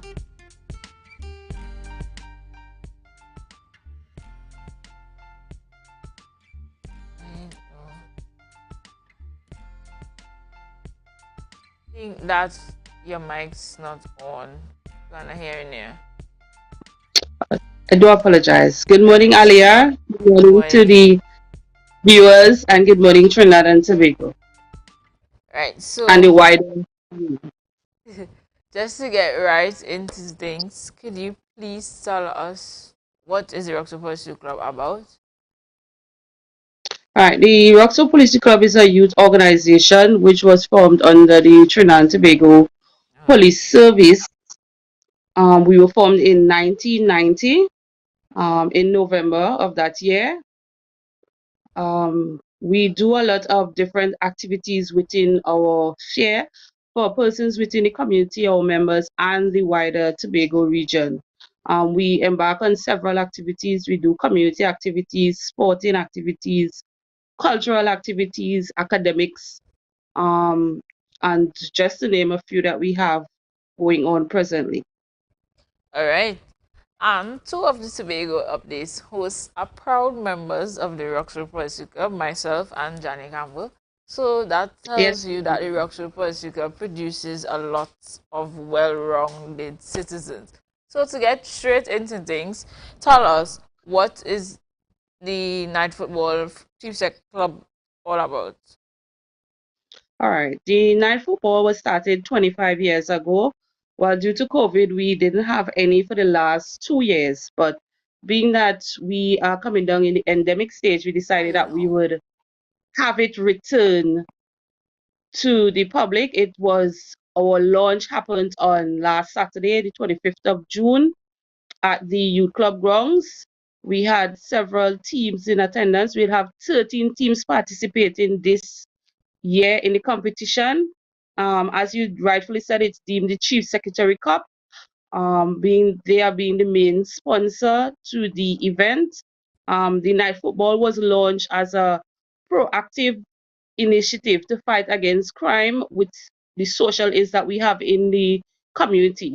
But we have since expanded because we have had teams outside of the Roxborough district, even from neighboring villages. We have teams all the way from north side coming out to participate within the competition. So over How the years, many? we've had a Go ahead. over the years we've had a wide variety of participation from across the island of Tobago. And in this year's competition, how many teams are involved? We have 13 registered teams. We are set to kick off the start of games on Friday, the 1st of July. The first game would be at 7:30 p.m. We'll have YAM, which is the team of the Roxborough Police Club, because we found it fitting that if we are hosting the competition, we have young boys within our setting that we could come together and put together a team. So we have our team versus Magnificent Seven, which is a team from Betsy Hope. All right. And could you tell the viewers for next year, how do they register for this competition? My course. Right. Well, this year we tried a new procedure in terms for the registration in trying to go paperless, because that's the direction where the world is heading in. So it was an online registration. We had a link on the flyer, or I would forward it to persons who would have been interested, or from the office staff, and you would register your name, coach, manager, players. The only thing that is that for the payment, you have to physically go to the office to make the payment. But that is something that we would have to look at in going forward, to have another form of payment in going forward. Right, so soon we'll be Um, upgraded to online banking, have quick yes, we transfers. would surely look at that for the next season. It's a seven-a-side competition. You can register as much players as you want. For this season, the team registration was $300, and then you had the player registration of $60. So that was it for the registration. We had a timeline for registration, but we had to kind of push it back a little because we were persons who were interested were asking for a little bit more time to get themselves organized, and then there was numerous competitions going on around Tobago. So we were trying to avoid the clashes to have to be postponing games ever so often. So we pushed back and decided that it was time to start. All right. Thank you very much. Could you tell us, to wrap the interview, when is the first kickoff again and where it can be viewed? All right. And if So there's an the first entrance fee? kickoff, there's no interest free. Coming to the games is free of charge. The games normally takes place at the Police Youth Club grounds. That's Bloody Bay Road, just across or opposite the police station. The Roxborough Police Station, that is. We kick off on Friday, the 1st of July at 7:30 p.m. We have 3 games per night, and games are played every Friday, Saturday, and Sunday. Fixtures will be posted to our Facebook page so that persons could be aware of what is happening if they want to come and view the games that will be happening. It's a really nice time to have persons come out and just for a little relaxation and enjoy the football. All right. Thank you very much, and congratulations to my youth club, the most powerful youth club in the country, Roxborough Police Club. And now remember to share the live, share the live, share the live as we go to Tobago Notes.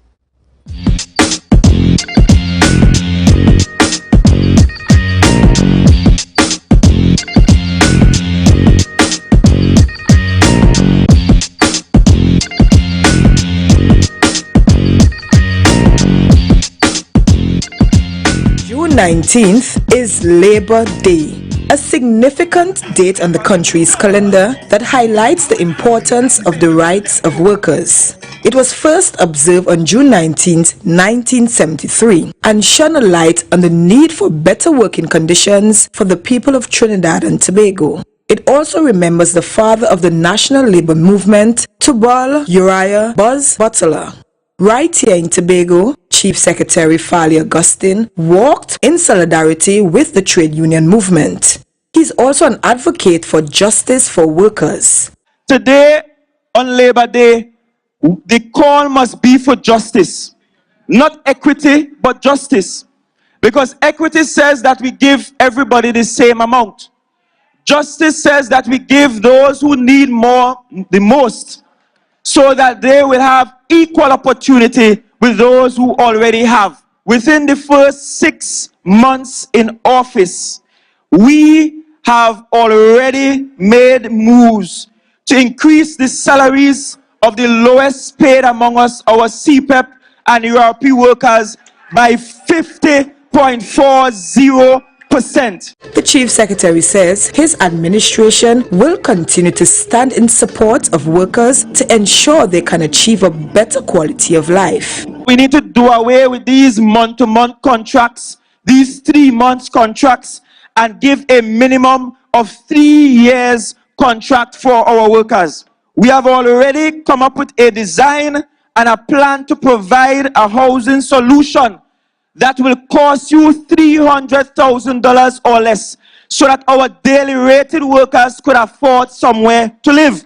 The Chief Secretary says families are the backbone of society. He says equality of opportunity will allow Tobagonians to improve their lives. You deserve better working conditions.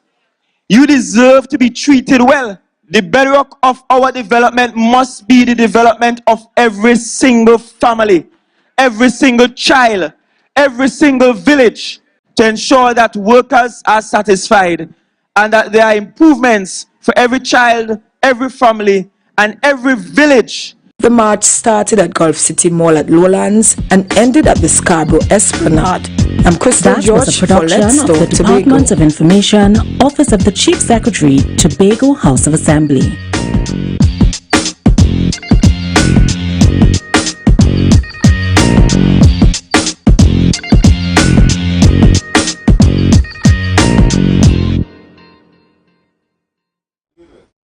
Welcome back to Tobago Updates, and we have the Youth Wednesdays. We had a quite an eventful morning with you this morning. You know, just to recap, we had Aliyah doing her first interview. Just tell us quickly about that before we wrap up. We just had the predictions pertaining to the storm, and that we should still be in preparation mode until 12 noon today, and after such we will be updated by various media forms, including Tobago Updates. So the good stuff today was that God is at Trini, and He prevailed for us. We always say God is at Trini. He really is at Trini, because He didn't have no storm. So that was it. Praise be to the Most High. And following that, we had my interview with Miss Harry. We're talking about alternative foods, alternative flour. Just remember, support her, guys. And then finally, we had Miss Crystal Bascom from the Rockville Forestry Club talking about the Chief Secretary Night Football Competition, which the first game takes off this Friday at 7:30 p.m. at the Rockville Forestry Club grounds at Roxborough, which is opposite the Roxborough Police Station on Bloody Bay Road. And then you have us, and then the show for you. Right, we have the stars. So guys, just remember though, the post-budget forum taking place on Friday the 1st of July at Ravenel's Resort at Bonaccord.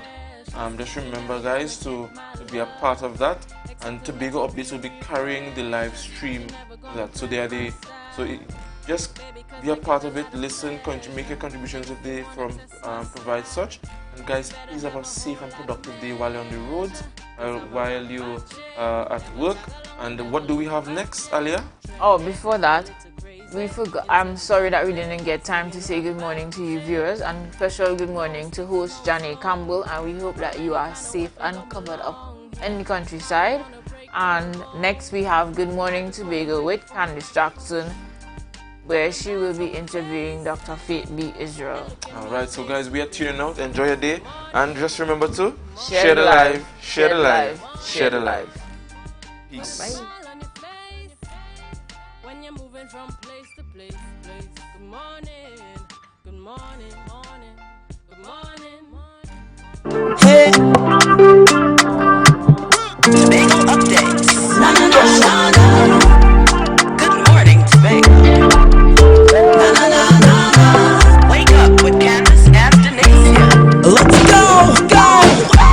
It's a brand new morning. Rise up to a brand new dawning. As the passion start to rise, the energy fill the skies. I say thanks for favor to wake up and hear me near. 60,000 people strong. Updates, your source for current affairs in Tobago, Trinidad, and the region, with the perfect conversations to complement your morning routine. I am Candace Jackson, and of course, you know by now we would have survived through the tropical cyclone. It did not impact us in the way that we thought it would. Now we are still under an adverse warning, which means that we can still experience rains and wind. But as you can see, I am here right now in Buku, where it's clear skies. The water seems, the sea behind me seems very, very calm and inviting for a swim. But of course, we have to still be careful because you never know what can happen. We know even Grenada, I was getting some news from Grenada that was showing that they did experience quite a bit of rainfall up there as well. And, you know, so they have a little bit of damages. Now, we had Mr. Stewart this morning on our morning show speaking about some of the damages where we had a house collapse in Bethany, just a fallen tree, just some rocks on the road. But nothing too major. The only major thing was that fallen house in Bethany. And now just a little updates for you in terms of the sailings. Now, of course, the sailing for this morning, the 6:30 sailing, that was cancelled. But the rest of the sailings on today, which is the APG James at 4 p.m., that's still on schedule, as well as the Cabo Star at 2 p.m. from Port of Spain and at 11 p.m. from Tobago. Now that's still on schedule. As well as for Caribbean Airlines, now the flights, there are a few cancellations this morning, but the flights are back on. There will be some bit of delay, so you should be checking with Caribbean Airlines. Just call in their numbers, their hotlines, so just check on the flight status. But most flights are going to be coming back on, just with a bit of delay. So just a few updates for you. It seems like a normal day. Schools, of course, are closed, but businesses are open. People are getting back to business. I mean, because, well, you know, we didn't have anything to complain about here in Tobago. You know, amongst us all, it was a bit anticlimactic in the sense that we were all preparing for a major storm and we did not experience it. So once again, we are blessed and we are thanking the Almighty God for keeping us safe during these times. So on the line with me, I have Dr. Faith B. Israel, and of course she is the Secretary of Health, Wellness and Social Protection. And I just want to say a special good morning to you, Dr. Faith. How are you and how did you make it through the night? Good morning, good morning. Well, we survived the night, as we said. God probably really is a Trinbagonian because somehow we've been able to divert and get away from these things very frequently. So thank God for that. All right, and you know, I know, Dr. Faith, you would have been making sure that everything was on standby. There were ambulances stationed all around Tobago, that the healthcare was on alert. So tell me, how did things go last night? Were there anything out of the way? How did it run for you for your first major storm? So it went pretty smoothly. I must give kudos to the health professionals who were really the ones putting things in place because they've been the ones who have been on the ground way before I got here, way before I became secretary.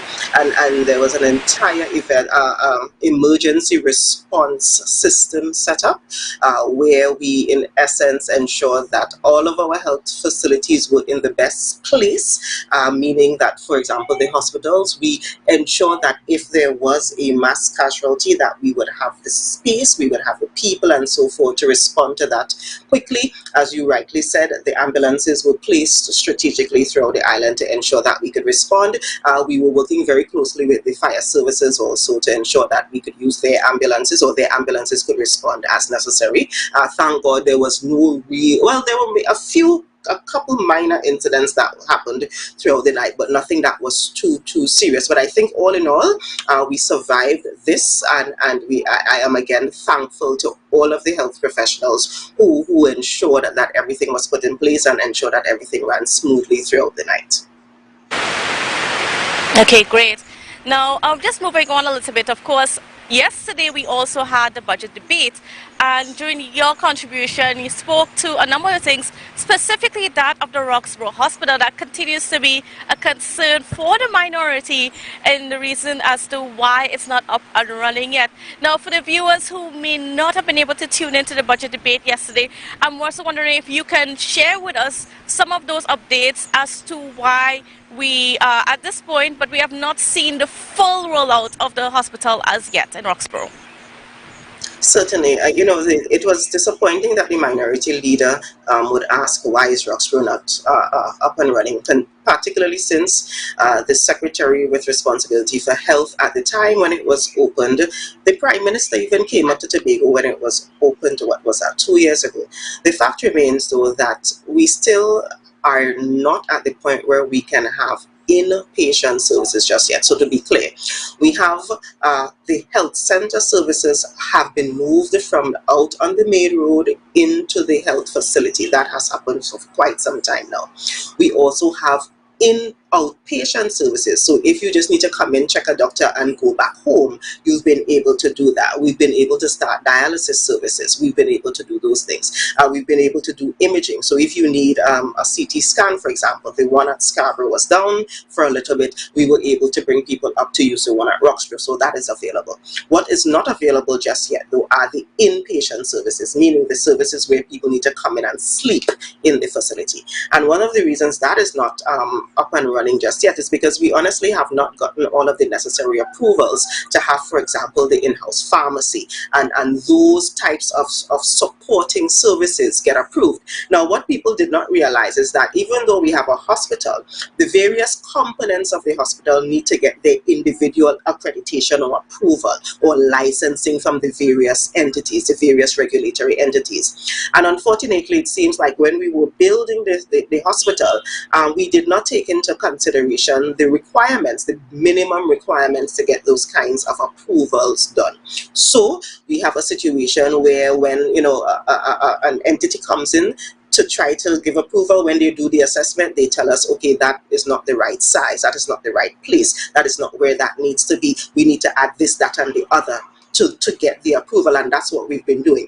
We've been working very closely with the contractors, working very closely with UDICOT to make all of the adjustments that are required, because there's no point in not making the adjustments. We've already spent all of these millions of dollars. We need the facility. It is costing a heavy penny. Every time I get an email or a letter from UDICOT, I cringe because of the changes and the costs associated with the changes. But this is what we have to do to ensure that we actually get this facility up and running, fully up and running.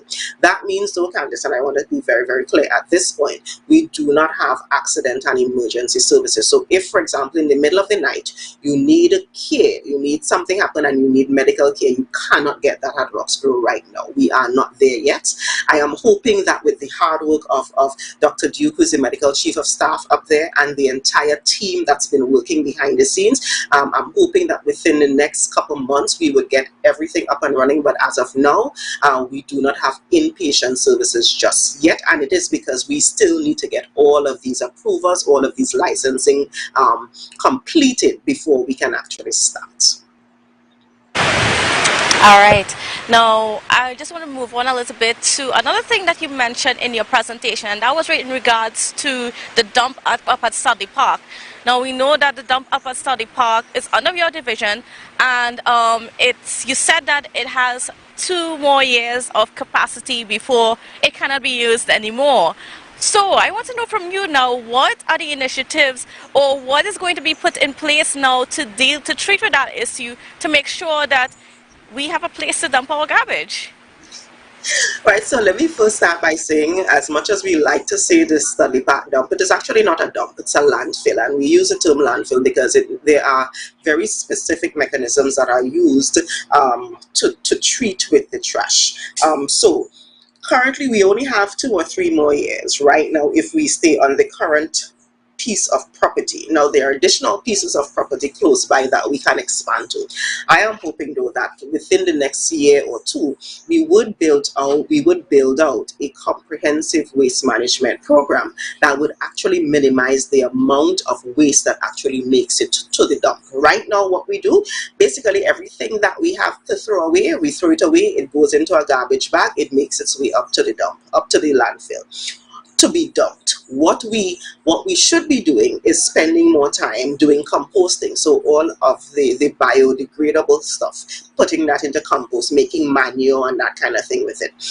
The stuff that needs to be recycled, the paper, the glass, the plastics, those things need to be taken out and recycled. And we have already started, Tobago has already started even before we got here, a significant recycling program that we need to beef up and ramp up. We actually have recycling bins that are being placed in our communities as we speak right now and so forth. So that needs to be beefed up. Now when we do these 2 things, it means that the amount of garbage that actually goes to the landfill becomes much smaller, and that way we will not need as much space, and we can then figure out what is the next step. So my plan is to have that comprehensive waste management plan done so that we will have less garbage actually going to the landfill, and we'll be doing more ecologically friendly waste management.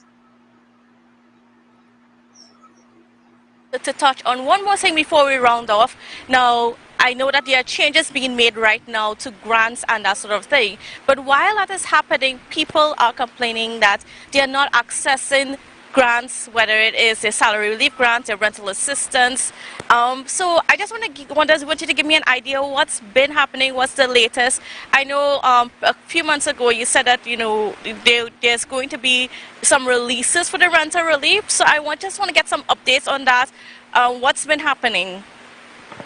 Okay, so remember, it's important to recognize that the 2 grants that you are speaking about were actually COVID-19 specific related grants. And these were grants that actually should have been disbursed by the Ministry of Social Development. But because the process at the Ministry of Social Development was so slow over the last year or 2, the Tobago House of Assembly rightly so took up the responsibility to do those. So individuals who applied for rental assistance, I have been continually approving those. I will actually ask my officers to give me an update to see if there are any still outstanding rental assistance grants as it relates to those that applied for them during the COVID period. Of course, people continually coming asking for assistance, and those are being processed. But I will ask my officers for an update, because really there should not be many, if any at all, rental assistance grants that are still outstanding.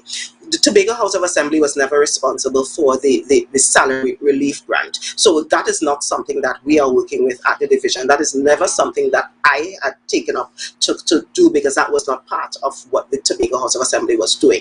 What we are doing is continuing with our normal grant program. So for example, the food card that was under the Ministry of the Division of Finance has now moved over to the Division of Health, Wellness and Social Protection.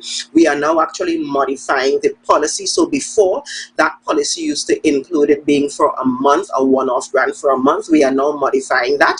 When those changes have been made, we will make an announcement about what that changes, because I want to ensure that we have everything, all of my I's dotted and my T's crossed before we speak about that. So we are modifying that, and we could still get the other grants. So if you still need rental assistance now, you can still come in and apply and that kind of thing. So it is a process that is ongoing, but I just wanted to be clear that what was happening during the COVID-19 time is slightly different from what is happening now. And if there are people who are still waiting for assistance, I know that there is a backlog. As a matter of fact, while preparing for the budget debates, I asked my officers for an update for the monthly reports and so forth, and I realized there are quite quite a number of clients who still need to be assigned to social workers and so forth. But I do know that the social workers are swamped, which is why we started recruiting. So that recruiting process is happening now. Hopefully we'll have a larger complement of social workers actually in place at the division soon, so that we can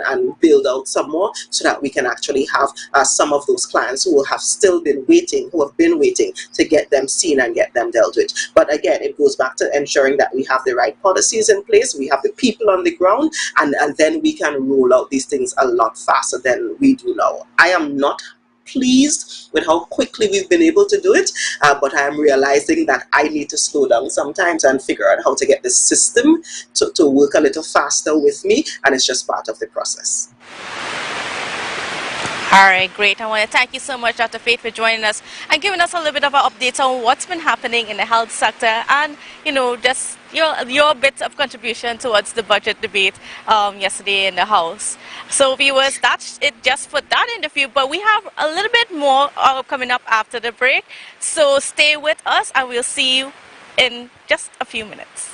Pre-qualification notice deadline 30th June 2022. The Tobago Regional Health Authority (TRHA) is updating its current list of pre-qualified contractors, suppliers, consultancy firms and sole traders to ensure compliance with the mandate of the procurement regulations of Trinidad and Tobago. All interested contractors and suppliers desirous of entering into business arrangements with the TRHA are invited to engage in the pre-qualification of suppliers registration process. For more information, visit the following link: trha.page.link/tenders. Are you an artist, reader, or passionate about culture?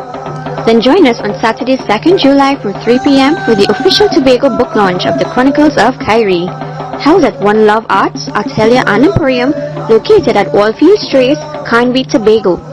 An evening of culture, folklore, dance and music, celebrating our unique culture. Admission is free. For updates and further information, follow us on Instagram, The Chronicles of Kyrie, or call us at 460-5439. See you there. The Street 919 FM and the Tobago Updates presents the Tobago Updates Morning Show live simulcast on the Street 919 FM. Start your day with all the information you want and need with the simulcast of the Tobago Updates Morning Show live Mondays to Fridays from 7 a.m. on the Street 919 official station that defends the nation. Saturday, July 2nd, come and experience Sun Up, the sexiest event in the East. Deltec Compound, Main Road, Argyle.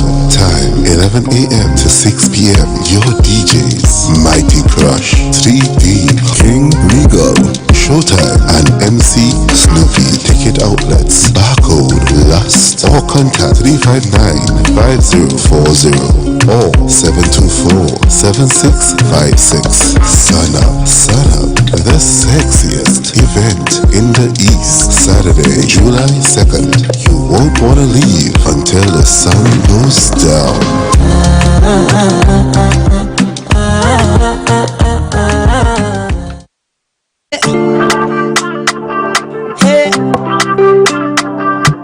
Tobago updates.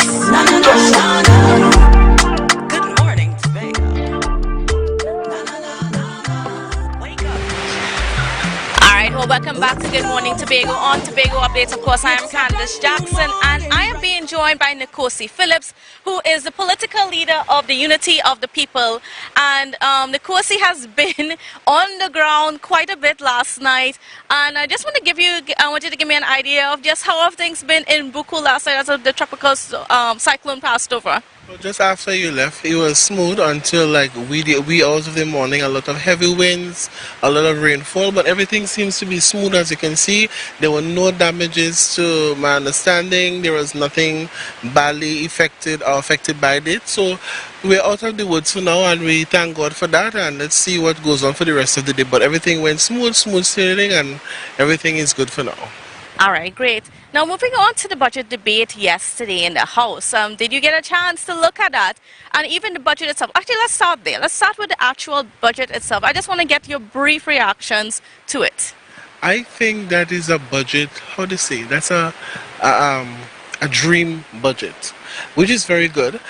We are still going through the books, the estimates, and the draft estimates as much as possible to see where we can respond to certain things. As a political leader, I don't want to take the opportunity to just blurt out certain things without reading and getting information to certain things. So I don't want to really dwell on it too much, but I can say the budget is a dream budget, because we have to look at as the law of Act 14 1996 of the Tobago House of Assembly, it still stands that we're supposed to get 4.3%. If they would have accepted through the PDP and the partnership with the UNC, they would have rejected the bill, and the bill still stands in its form in the House of Parliament, because as I said before, we had the Senator Maria Dillon, she would have called all political leaders, and Mr. Farley himself, the Chief Secretary now, would have been there in those meetings. We had 3 days, which is from the Friday to Sunday, and we went through the whole Tobago bill, and we made certain changes. We agreed and we didn't agree, but at the end of it, Mr. Farley would have done consensus from all the political leaders showing what we will support and what we didn't support, and send it to Parliament, and still they did not support it by the UNC being their partners. So you can't blame us, and then you're projecting that information of the 6.9 to the people of Tobago, lying to them, which you shouldn't, because you cannot give them that kind of a mindset saying that we're supposed to, and by law we're supposed to. The law stands as Act of 14 1996. We are supposed to get 4.3%, and that is what we're going to get until Tobago gets its autonomy, and then that is when we should actually talk about the 6.9%. I do like the budget, some of the policies in the budget. I will support some of the policies once it's properly done and documented to enable all the citizens of Trinidad and of Tobago, because we see a policy now is not just supposed to be a PDP policy, but it's supposed to be a policy for all of Tobagonians and also any other governance coming into and out of office. So that's my take on the budget so far in regards to the presentation so far. All right. Is there anything that stood out to you that will be good for Tobago? There's a lot of things that stand out in regards to the tourism. I look at the agricultural sector that's where we need a lot of revitalization right about now. We also look at the tourism sector where we talk about, I think it's Tatelo. I'm still a little reserved as to why a company would be getting so much $1 million to enhance the tourism when that's a tourism job, and also you should spread it across the border, because there are a lot of different groups in the communities that can enhance tourism. Tourism, we have a long way for tourism. We talked about some of the policies in regards to the autonomy for Tobago, which is in the hand of the Deputy Chief Secretary, which I'm a little afraid of, because, during the election, Trinidad stay out of Tobago business, and they're clamoring for that. But now, because they're getting into the Trinidad space, it's all about Trinidad now. We have to be careful of the things we say and how we present it, because we're still saying that we are showing up Trinidad. We are saying to Trinidad, now this is what we want. And you have to be mindful that your hand is still in the lion's mouth. And when we project a budget like that, it must be a projection of the Tobago people and not just of the PDP. What we look at in the budget space, as I said, I'm still going through it. Some of the allocations, I think some of the allocations also should have gone more to community development. I see health getting $600 million. I'm still going through that part. The community development, why I say community development getting a greater allocation, we have to also look at the youths. We have to look at, I've always mentioned during my election and all my presentations, we have to look at development, social development for the people of the island of Tobago. We can't just develop the infrastructures and not develop the jobs. We have to look at jobs for young people. We have to look at the senior citizens. We have to look at the special needs, which I like. One of the greatest things I like there, also a part of my manifesto, was for the special needs. As I said before, we need to have a school for special needs teachers to identify all the different special needs we have, and those teachers are supposed to be specially trained. So I like that in the budget. As I said, I will hold a press conference to give a more detail of the budget. We are going through the budget very like a fine-teeth comb to make sure that we don't make any preempt speeches that would reflect bad on the party. So, but otherwise, those are my intakes so far. I must congratulate the finance secretary for a 5 hours budget, which was very long and detailed. But at the end of the day, I woke up when he started to talk about figures. That is what I want to listen to, about the figures and the allocations to the people. Unity of the people is about the development, and we are here to work with anybody. Sometimes we will oppose and sometimes we will join, but I will say that this budget, it's a little dreamy budget, but we have to make sure and work with what is allocated to us until Tobago has its autonomy, and then we'll go forward.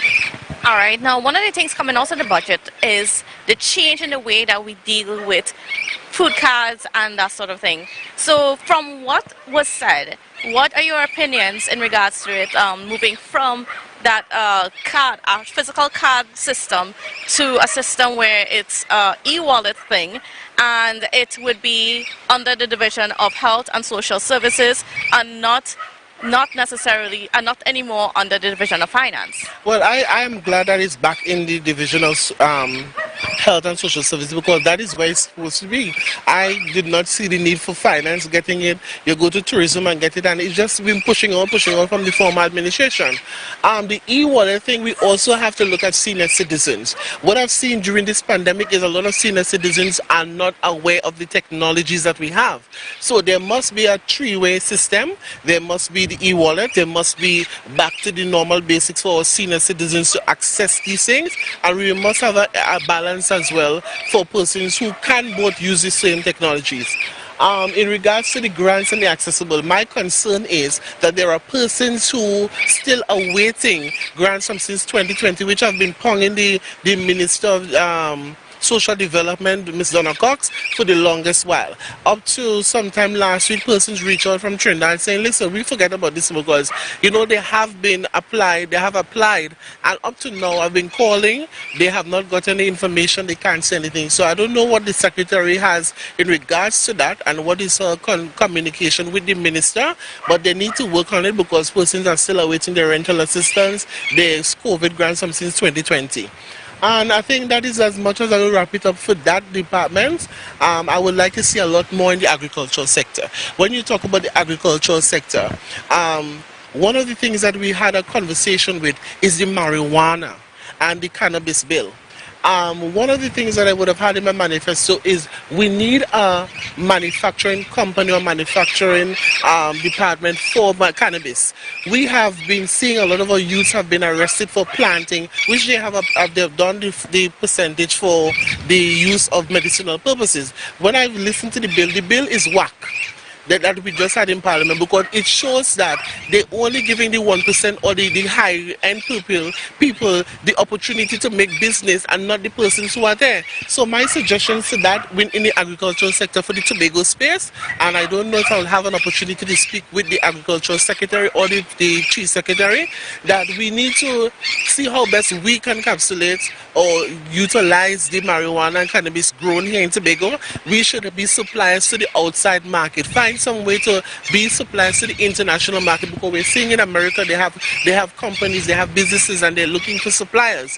And this is something that we should work on, so that at least we could take our youths off the street. We could give them a piece of land and make sure that they are only suppliers to the THA or through the government, and supply to the international market through the Ministry of Foreign Affairs and Agriculture, so that at least we could see the process being transparent and persons don't have to be arresting for drug trafficking or anything.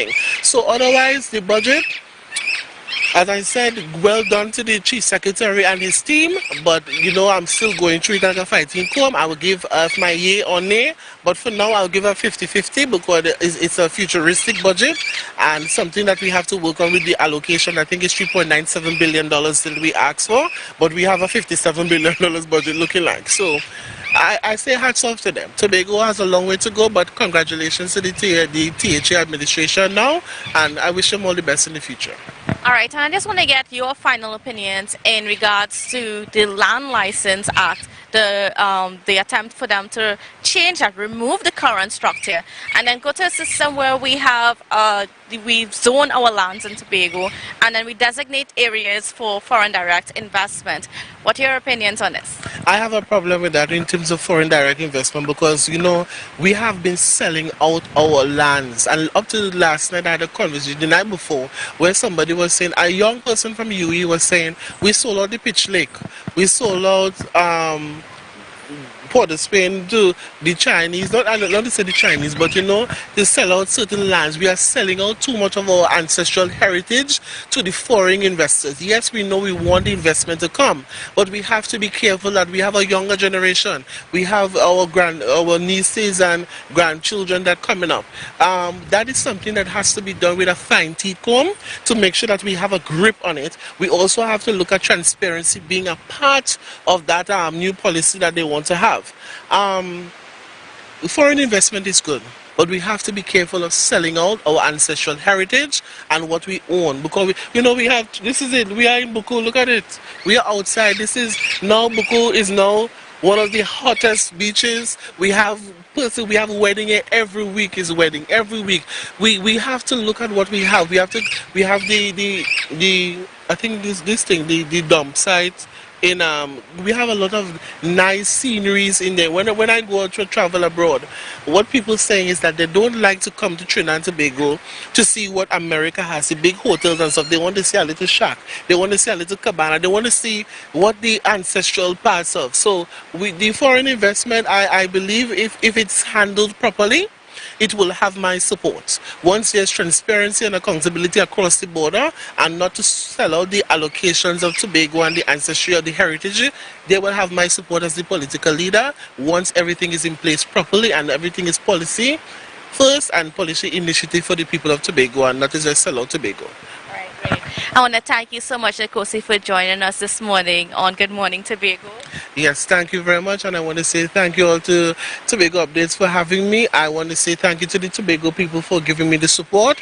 I'm now on my way headed to Trinidad because I have some team down there who would have allocated some hampers to distribute to persons who are affected. So I am down in Tobago, Trinidad this afternoon, and thank you very much to Tobago. You all keep safe, stay sweet, and Tobago Updates, you are doing a very, very, very great and fantastic job. Keep up the work, Candice. All right, thank you so much, Nkosi, for joining us. And viewers, well, that's just how we're going to be wrapping up this morning's program. And yes, and we're going to thank God again for taking us through last night's tropical cyclone and ensuring that in Tobago we didn't feel much of the effects. Neither in Trinidad, it wasn't so bad, you know. So continue to stay safe, and we'll see you again in the morning at 7 a.m. for the Tobago Updates morning show. Have a wonderful day, Tobago. A brand new dawning as the passion start to rise. The energy fill the sky.